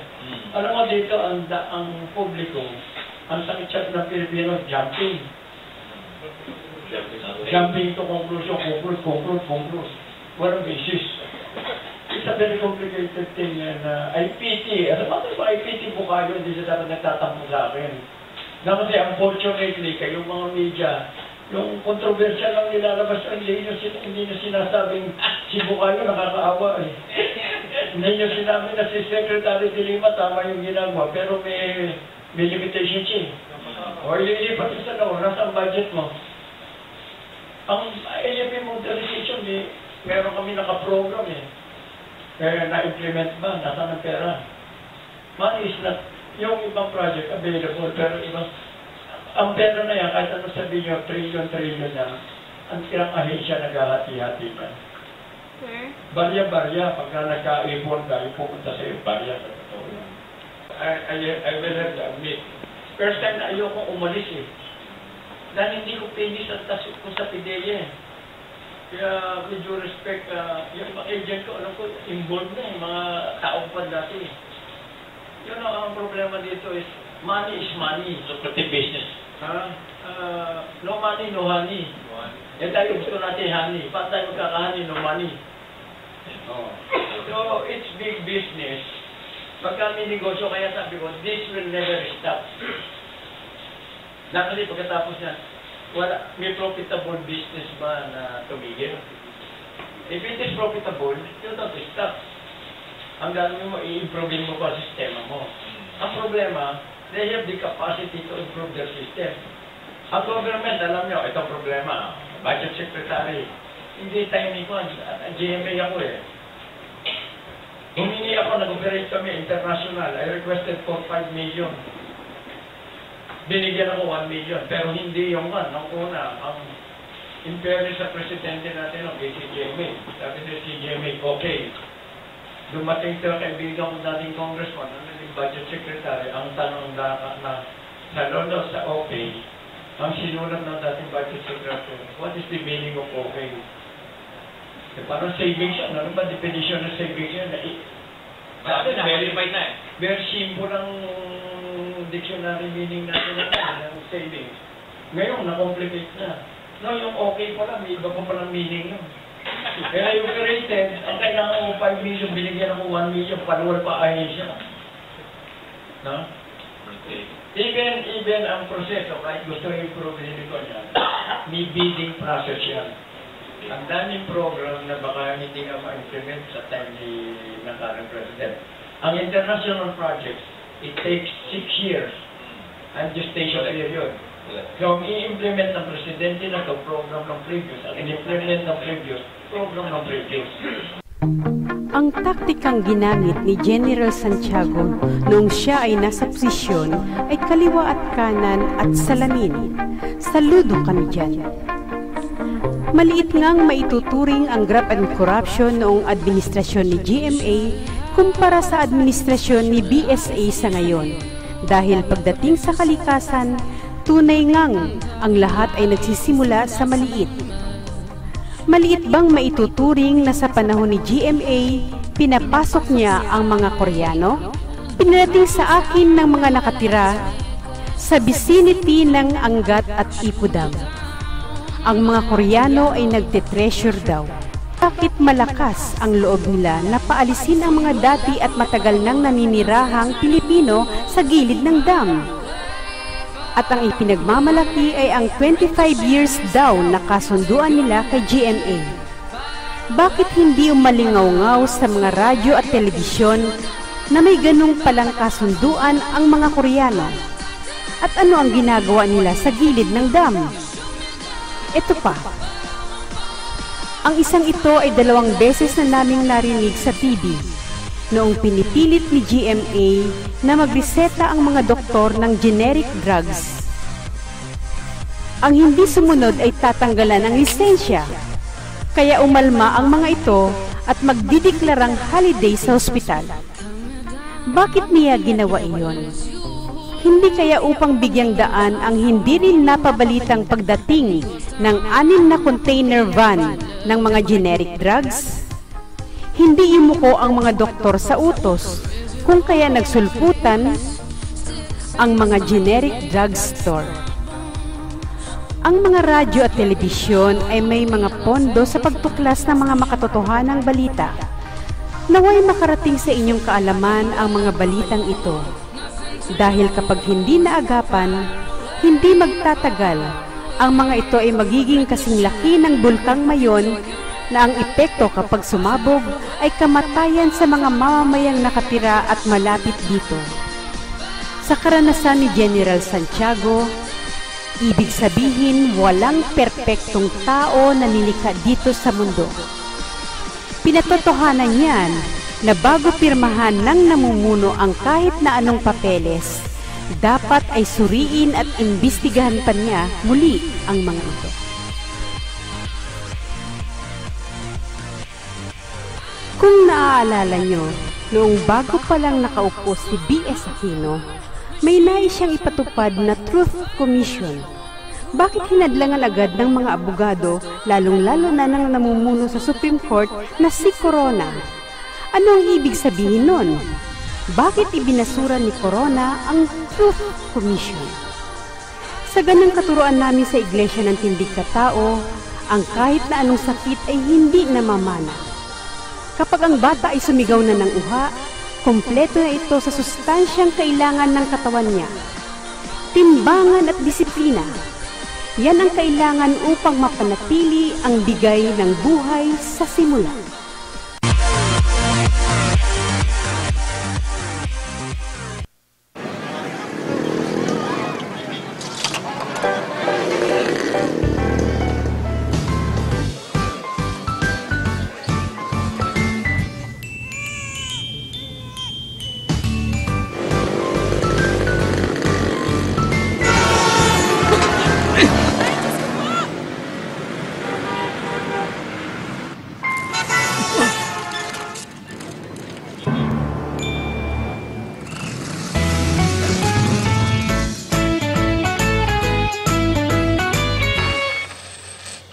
Bilib kami sa'yo. Sa tuloy-tuloy mong hulog sa SSS, protektado ka at yung pamilya. Mag-member na. Eto na, kalusugang pangkalahatan. Binibigyang halaga nito ang pagkakaroon ng PhilHealth Card ng bawat Pilipino. Kapag may PhilHealth Card, tiyak na makakatanggap ka ng maayos na serbisyong pangkalusugan. Di na problema ang pagpapagamot sa ospital. At kahit si tatay lang ang miyembro, ang buong pamilya kasama sa benepisyo. Kaya dapat may PhilHealth Card tayong lahat. Mag-enroll na sa pinakamalapit na PhilHealth office.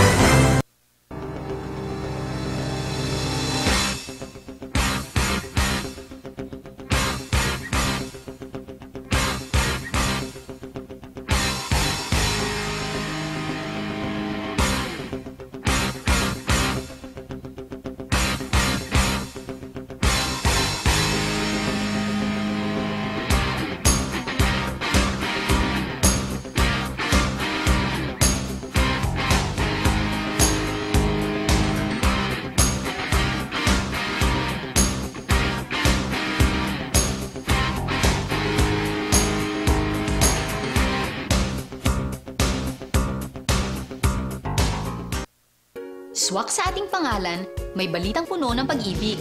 Ngayon, kahit arawan ng kita, pwedeng magkabahay. Dahil interes na affordable loan, pinakamababa na. 4.5% na lang. Hulog buwan-buwan, kayang-kaya.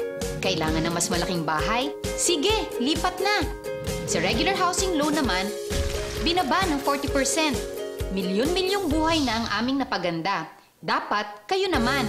Sa pag-ibig, ang pinaghirapan may katuparan.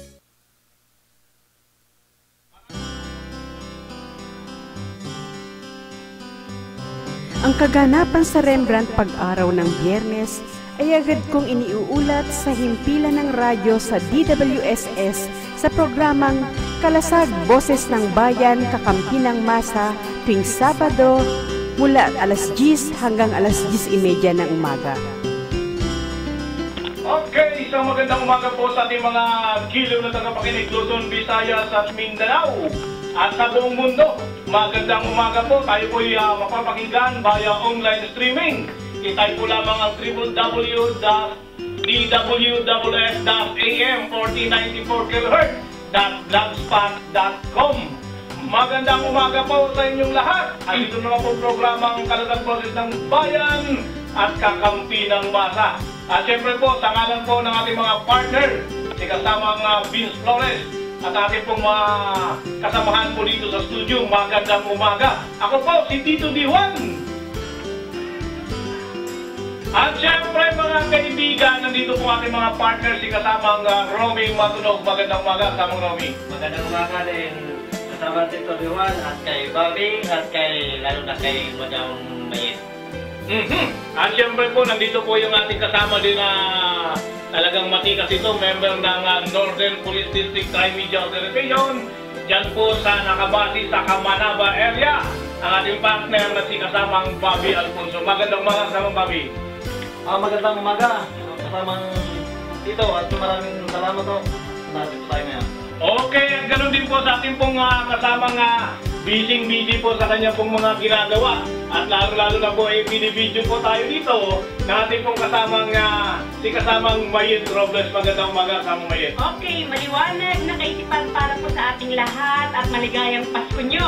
Tapos po ang Pasko namin at po ay nagbibigay sa inyo at bumabati. Mamaya ibabalik na po yung balitaan sa Rembrandt. Okay po, at bago tayo po ituloy-tuloy na magpalaot po sa ating programang Kalasag Boses ng Bayan at Kakampi ng Masa.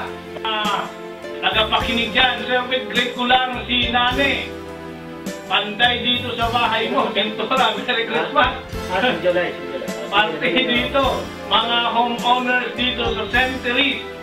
Merry Christmas, Ma'am Mayet, from Tess and Nane. Meron pa dito kasamang Tess, kasamang Mayet. Si kasamang Tess na ito po inyo na pong natunghayan nung kayo po'y pumunta po doon sa may Deca Homes. Tutungo po tayo doon sa ating pong pag-usapan tungkol po doon sa Bureau of Correction. Imagine niyo mga kaibigan, bulag pala yung director dyan ng Bureau of Correction. Actually, sa balitaan sa Rembrandt, si General Santiago at nagbigay siya ng sarili niyang karanasan tungkol doon sa pagiging director din niya ng Bureau of Correction. Ang sistema dyan, yung mga kaibigan, kasamang Romy, kasamang Bobby, kasamang Mayet, yung punto ko dyan, bakit po na napakalaki ng mga gamit na ipapasok, hindi alam ng direktor. Ang ibig ba sabihin na ang direktor po natin nandun lang sa kanyang opisina, nagpapalaki ng kanyang, nagpapalaki lang doon at hindi niya alam na bukol na pala siya sa kanyang ulo na hindi siya nag-helmet dahil napakaraming mga anomalya dyan sa Bureau of Correction. Yan ang napakasakit. Alam mo kung baga, ihalin tulad natin partner sa isang pamamahay. Pag-aari mo ang bahay mo, hindi mo alam ang loob. Anong klaseng, kumbaga sa'yo, padre di pamilya ka, na yung buong bahay mo, hindi mo alam na may lusutan pala. Ang mga anak mo ay nagtatago, hindi mo alam. Ano klase yun? Ganun yan, partner. Basta tulog ng tulog. Kung baka naman yung doon sa pinto ng opisina, may nakalagay doon na bilog na nakatakip sa mata. Yun lang. At hindi po, at mabigat yung mga paa para lumabas at mag-ikot-ikot doon sa kanyang nasasakupan. Ito naman yung share ni General Santiago. Ayon sa kanyang karanasan, nung siya ay director pa doon, sabi niya, talagang nakatutok siya sa gate. Dahil yun ang entry. So, doon niya sinisimulan bantayan kung ano yung ipinapasok. Pero tingnan mo naman, ang talagang layunin ng Bureau of Correction na yan ay para po mabago, umahubog ang ating pong mga nagkamali ng landas, mga naligaw ng landas. Ngayon, instead na sila po ay mabago Eh parang gustong-gusto pa ata nila dahil nga lahat naman ng ginagawa nila nung sila po ay nasa labas pa, lalong-lalo na po yung mga mayayaman, eh ginagawa din po nila doon. Mas matindi pa. Mas matindi pa. Open na open pa, walang restriction doon sa kanilang pamilya. Eh kung may mga asawa pa yung mga preso na yun, pag doon sa pamilya nila yun may pagalitan pa sila ng kanilang mga asawa. Samantala, kung doon sa Bureau of Correction sa loob mismo, ay walang magbabawal. Kanila lahat. Tuloy ang ligaya. At ang masakit pa nito kamo, pinapasan ni Juan lahat ng mga gastusin nila roon. Correct! Tingnan mo yung mga mahihirap na mga preso doon, talagang hirap na, pati pagkain, hirap na hirap. Pero yung mga mayayaman, parang hindi preso. Lalo pa ng payaman. Parang hindi preso. Parang hindi preso. Tuloy lang ang kalakalan. Ganon. Magkano kaya? Yun parang mayit sa usapan ninyo ni General Santiago, dyan sa Rembrandt.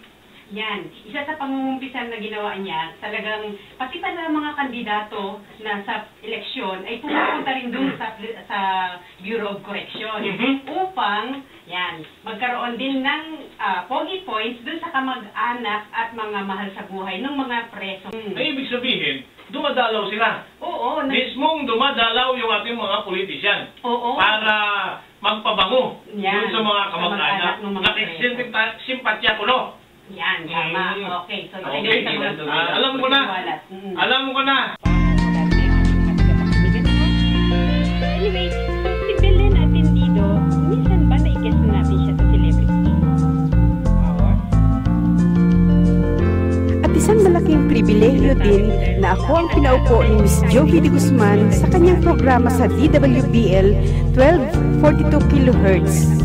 Dahil ng araw ng yun ng Sabado, December 20, 2014, ay 15th year anniversary na ng kanyang programa. Congratulations, Miss Jovi! Ginagawa namin, sinasabay namin sa panahon ng Quaresma. Kaya napapractice kami na kumain ng talbos ng bayabas, pag talagang walang-walang pagkain.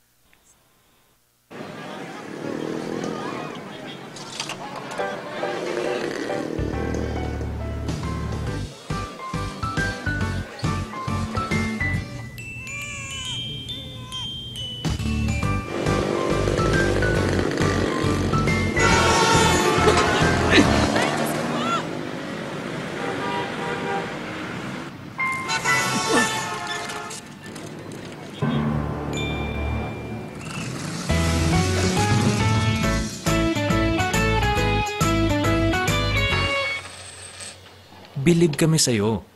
Sa tuloy-tuloy mong hulog sa SSS, protektado ka at yung pamilya. Mag-member na. Eto na, kalusugang pangkalahatan. Binibigyang halaga nito ang pagkakaroon ng PhilHealth Card ng bawat Pilipino. Kapag may PhilHealth Card, tiyak na makakatanggap ka ng maayos na serbisyong pangkalusugan. Di na problema ang pagpapagabot sa ospital. At kahit si tatay lang ang miyembro, ang buong pamilya kasama sa benepisyo. Kaya dapat may PhilHealth Card tayong lahat. Mag-enroll na sa pinakamalapit na PhilHealth office.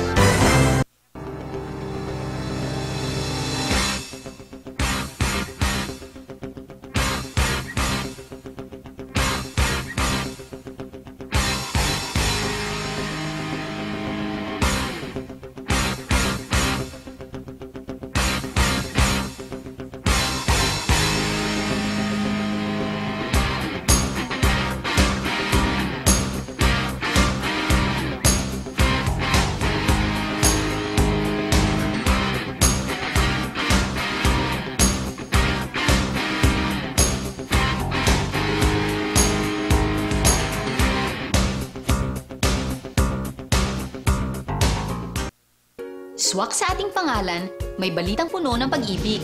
Ngayon, kahit arawan ng kita, pwedeng magkabahay. Dahil interes na affordable loan, pinakamababa na. 4.5% na lang. Hulog buwan-buwan, kayang-kaya. Kailangan ng mas malaking bahay? Sige, lipat na. Sa regular housing loan naman, binaba ng 40%. Milyon-milyong buhay na ang aming napaganda. Dapat kayo naman. Sa pag-ibig, ang pinaghirapan may katuparan.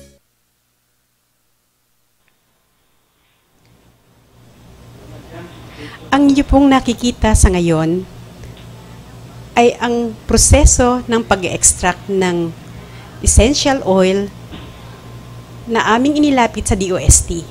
At yan po, yan po ang aking ibabalitang magandang balita sa inyo sapagkat ang gumamit ng extracted na ginawa namin dyan ay ito. At aking kakausapin, hayaan natin siya ang maglahad ng balita kung paano niya ginawa ang pagtatagumpay sa Taiwan. Fresh from Taiwan, Patricia Nicole Ching, ang aking pamangkin. Ayan. Anak, live na po tayo ngayon sa Kakampi Online.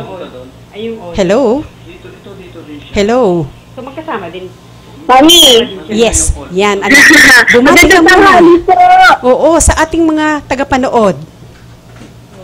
Yan, sa lahat ng tagapakinig at nanonood sa Tindig na Tao Dal at Amarodlos. Ito po si Patricia Nicole Ching, ang pamangkin ng babaeng gawaligya na si Marietta Robles. Mami Mayet. Anyway, anak, nasimulan ko na pinakikita yung video ng aming ginawang kasi kami ang nagtrabaho nung pagpapa-extract dahil ang mga bata ay hindi pwedeng umabsent sa kanilang klase. So magpakilala ka, anak. Ituloy-tuloy mo ang kwento dahil meron na lang tayong 8 minuto bago matapos ang programa ko. Sige, anak, ikaw na magkwento. Take it away. Ayun, Mami, alas 10 ay nagbalik na kami galing sa Taiwan. Nakakatuwa kasi maraming napanalunan ang mga representative natin galing sa Pilipinas. Hindi lamang galing sa Manila Science High School, hindi meron din sa Valenzuela Math and Science High School, and Makati Science High School, yes. Pero ang remarkable sa aming school ay lahat ng teams na lumipad, we have 16 teams in Macau, 8 won gold, 6 silver, at 2 ang bronze. So, and most importantly, we won the Best International Exhibitor Award. Yes. Of all the countries na kasama doon sa exhibition, to mention, the countries included are Croatia, Poland, Malaysia, Taiwan, of course, nandoon. US, yes. Of all those countries exhibit, Philippines ang nakakuha ng Best International Exhibitor Award. So that is one thing to be proud of. Okay. Siyempre, with the support of our teachers, diba, na talagang nagbantay sa amin, nag-alaga, sila our students sa Taiwan, na talagang sinubaybayan bawat galaw namin and ginaid kami kung paano namin madadating na maayos yung research namin. Sa video, mapapanood si Yusek Zenaida Monzada na nagbigay din ng suporta sa inyo. Imagine nyo, this oras na ng gabi, after office hour na yan, in-entertain pa tayo. Oh, yung ini-interview nyo sila, si Madam, si Yusek. Yes, regarding yung research kasi, di ba po, our research is focusing on biodiesel. And, syempre, the DOE Secretary, Undersecretary, DOE Undersecretary, si Raida Monsada, gave us information and very helpful information about our research. Talagang, naging siya sumagot sa interview namin. Lahat ng tanong namin, in-accommodate niya. And, actually, gusto ko po magpasalamat sa kanya dahil hindi lang sa information na binigay niya, kundi pati yung support na recommendation na pagbibigay niya sa amin ng meat diesel na kinailangan namin para magawa namin yung aming biodiesel fuel. At dapat personal nating puntahan siya, di ba? Ang pagpapasalamat. Okay. Yes, tama. Oo, nasaan na yung mga kasama mong iba na mga bata? Ano man yun ulit, come again po? Nasaan ang mga kasama mong mga galing sa Taiwan? Ayun po, nagsimbian na sila, katulad ko. Siyempre po, medyo pagod sa biyahe, yung iba, maaga ko kami umalis din, mga 4. O sige. Hindi kami lahat, so medyo antok tahong naramihan sa amin. Ipapass forward mo. Yan, sige. Anyway, anak, pwede makausap ang mami mo, ang mama mo? Okay po, ito po. Yes, kapatid, magandang umaga sa inyo lahat. Magandang umaga. Anong feeling ng mother na successful sa anak? Alam mo, hindi ko masukat sa sobrang tuwa.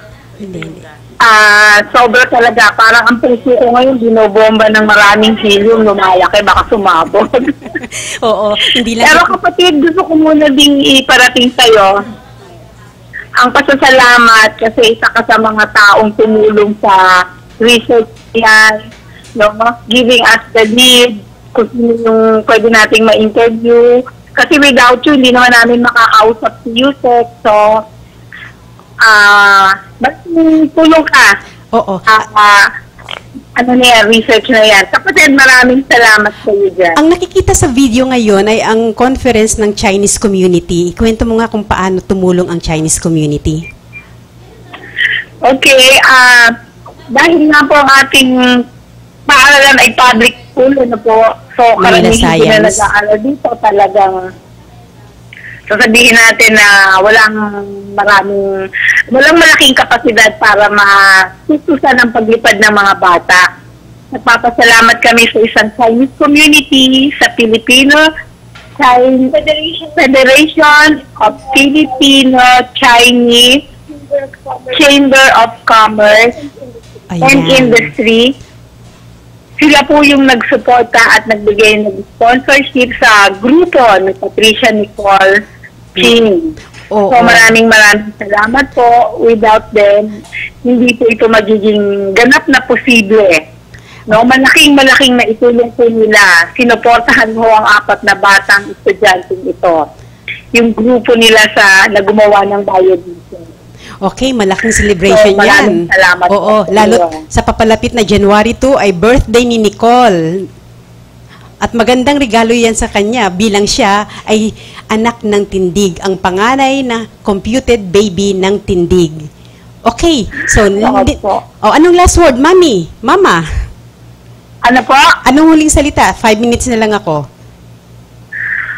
Okay, para sa lahat ho, kung kayo po ay sumubaybay na sa programa ni Epomar, ni Mayesnan po, marami na siyang mention sa inyo tungkol sa aming pag-aaral.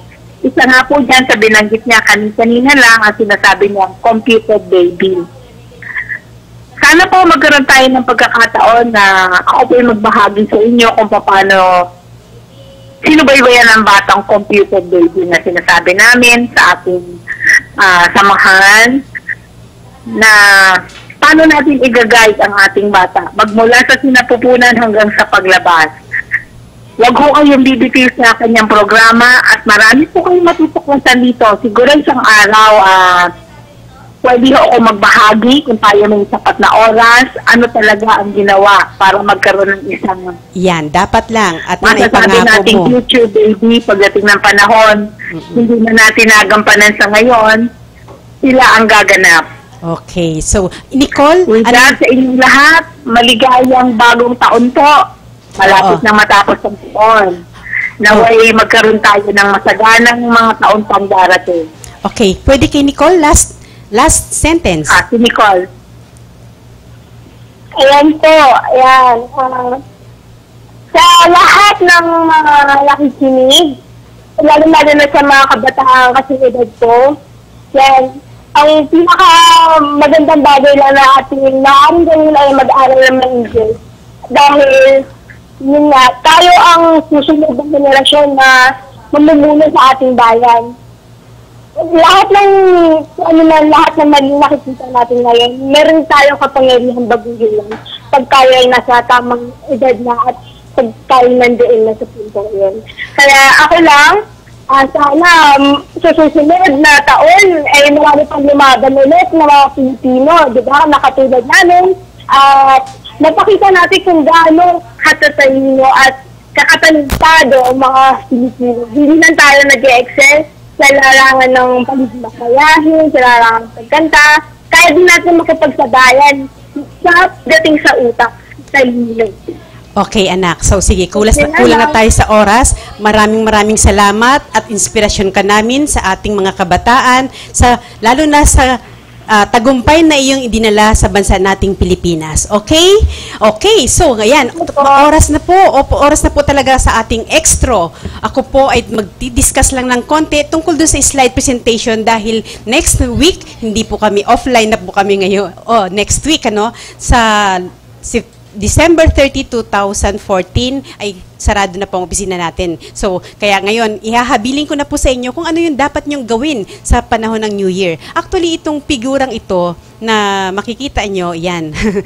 Okay, so yan po ang pinaka-simbolismo ng Old at saka New Year natin. So si Imam Imiza na isinilang sa katauhan ng Batang May ay isinilang ng huling oras, huling araw at huling buwan ng taon at ang sa pagitan ng alas 12 hanggang alas 11 hanggang alas 12 ng hating gabi at ang sinilang naman sa unang araw, unang oras, unang buwan ng taon at sa ganap na alauna, sa pagitan ng alauna hanggang alas 2 ng umaga, ang gumamit ng pangalang Jesus, pero ang katauhan na sumigaw ng uha ay Mesiyas. So silang dalawa po ang Alpha, Omega ng ating buhay. Sila po ang bumaba dito at nagkatawang tao upang magturo sa ating mga tao ng tama at maling landas ng buhay. So kung paano yon, bakit tama at mali? Dahil timbangan nga.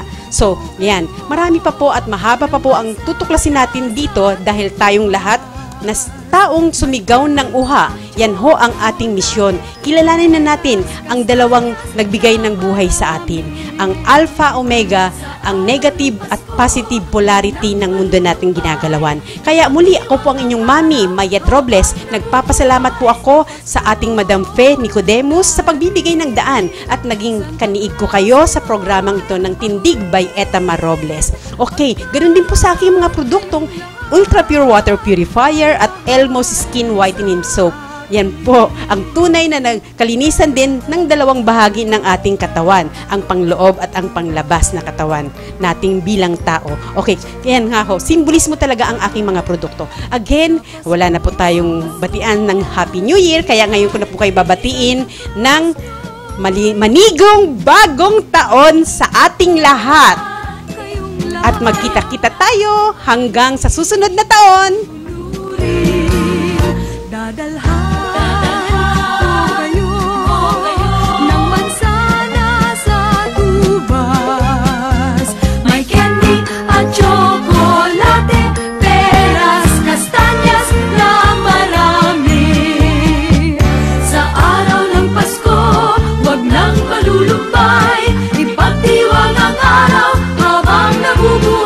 Sa Pasko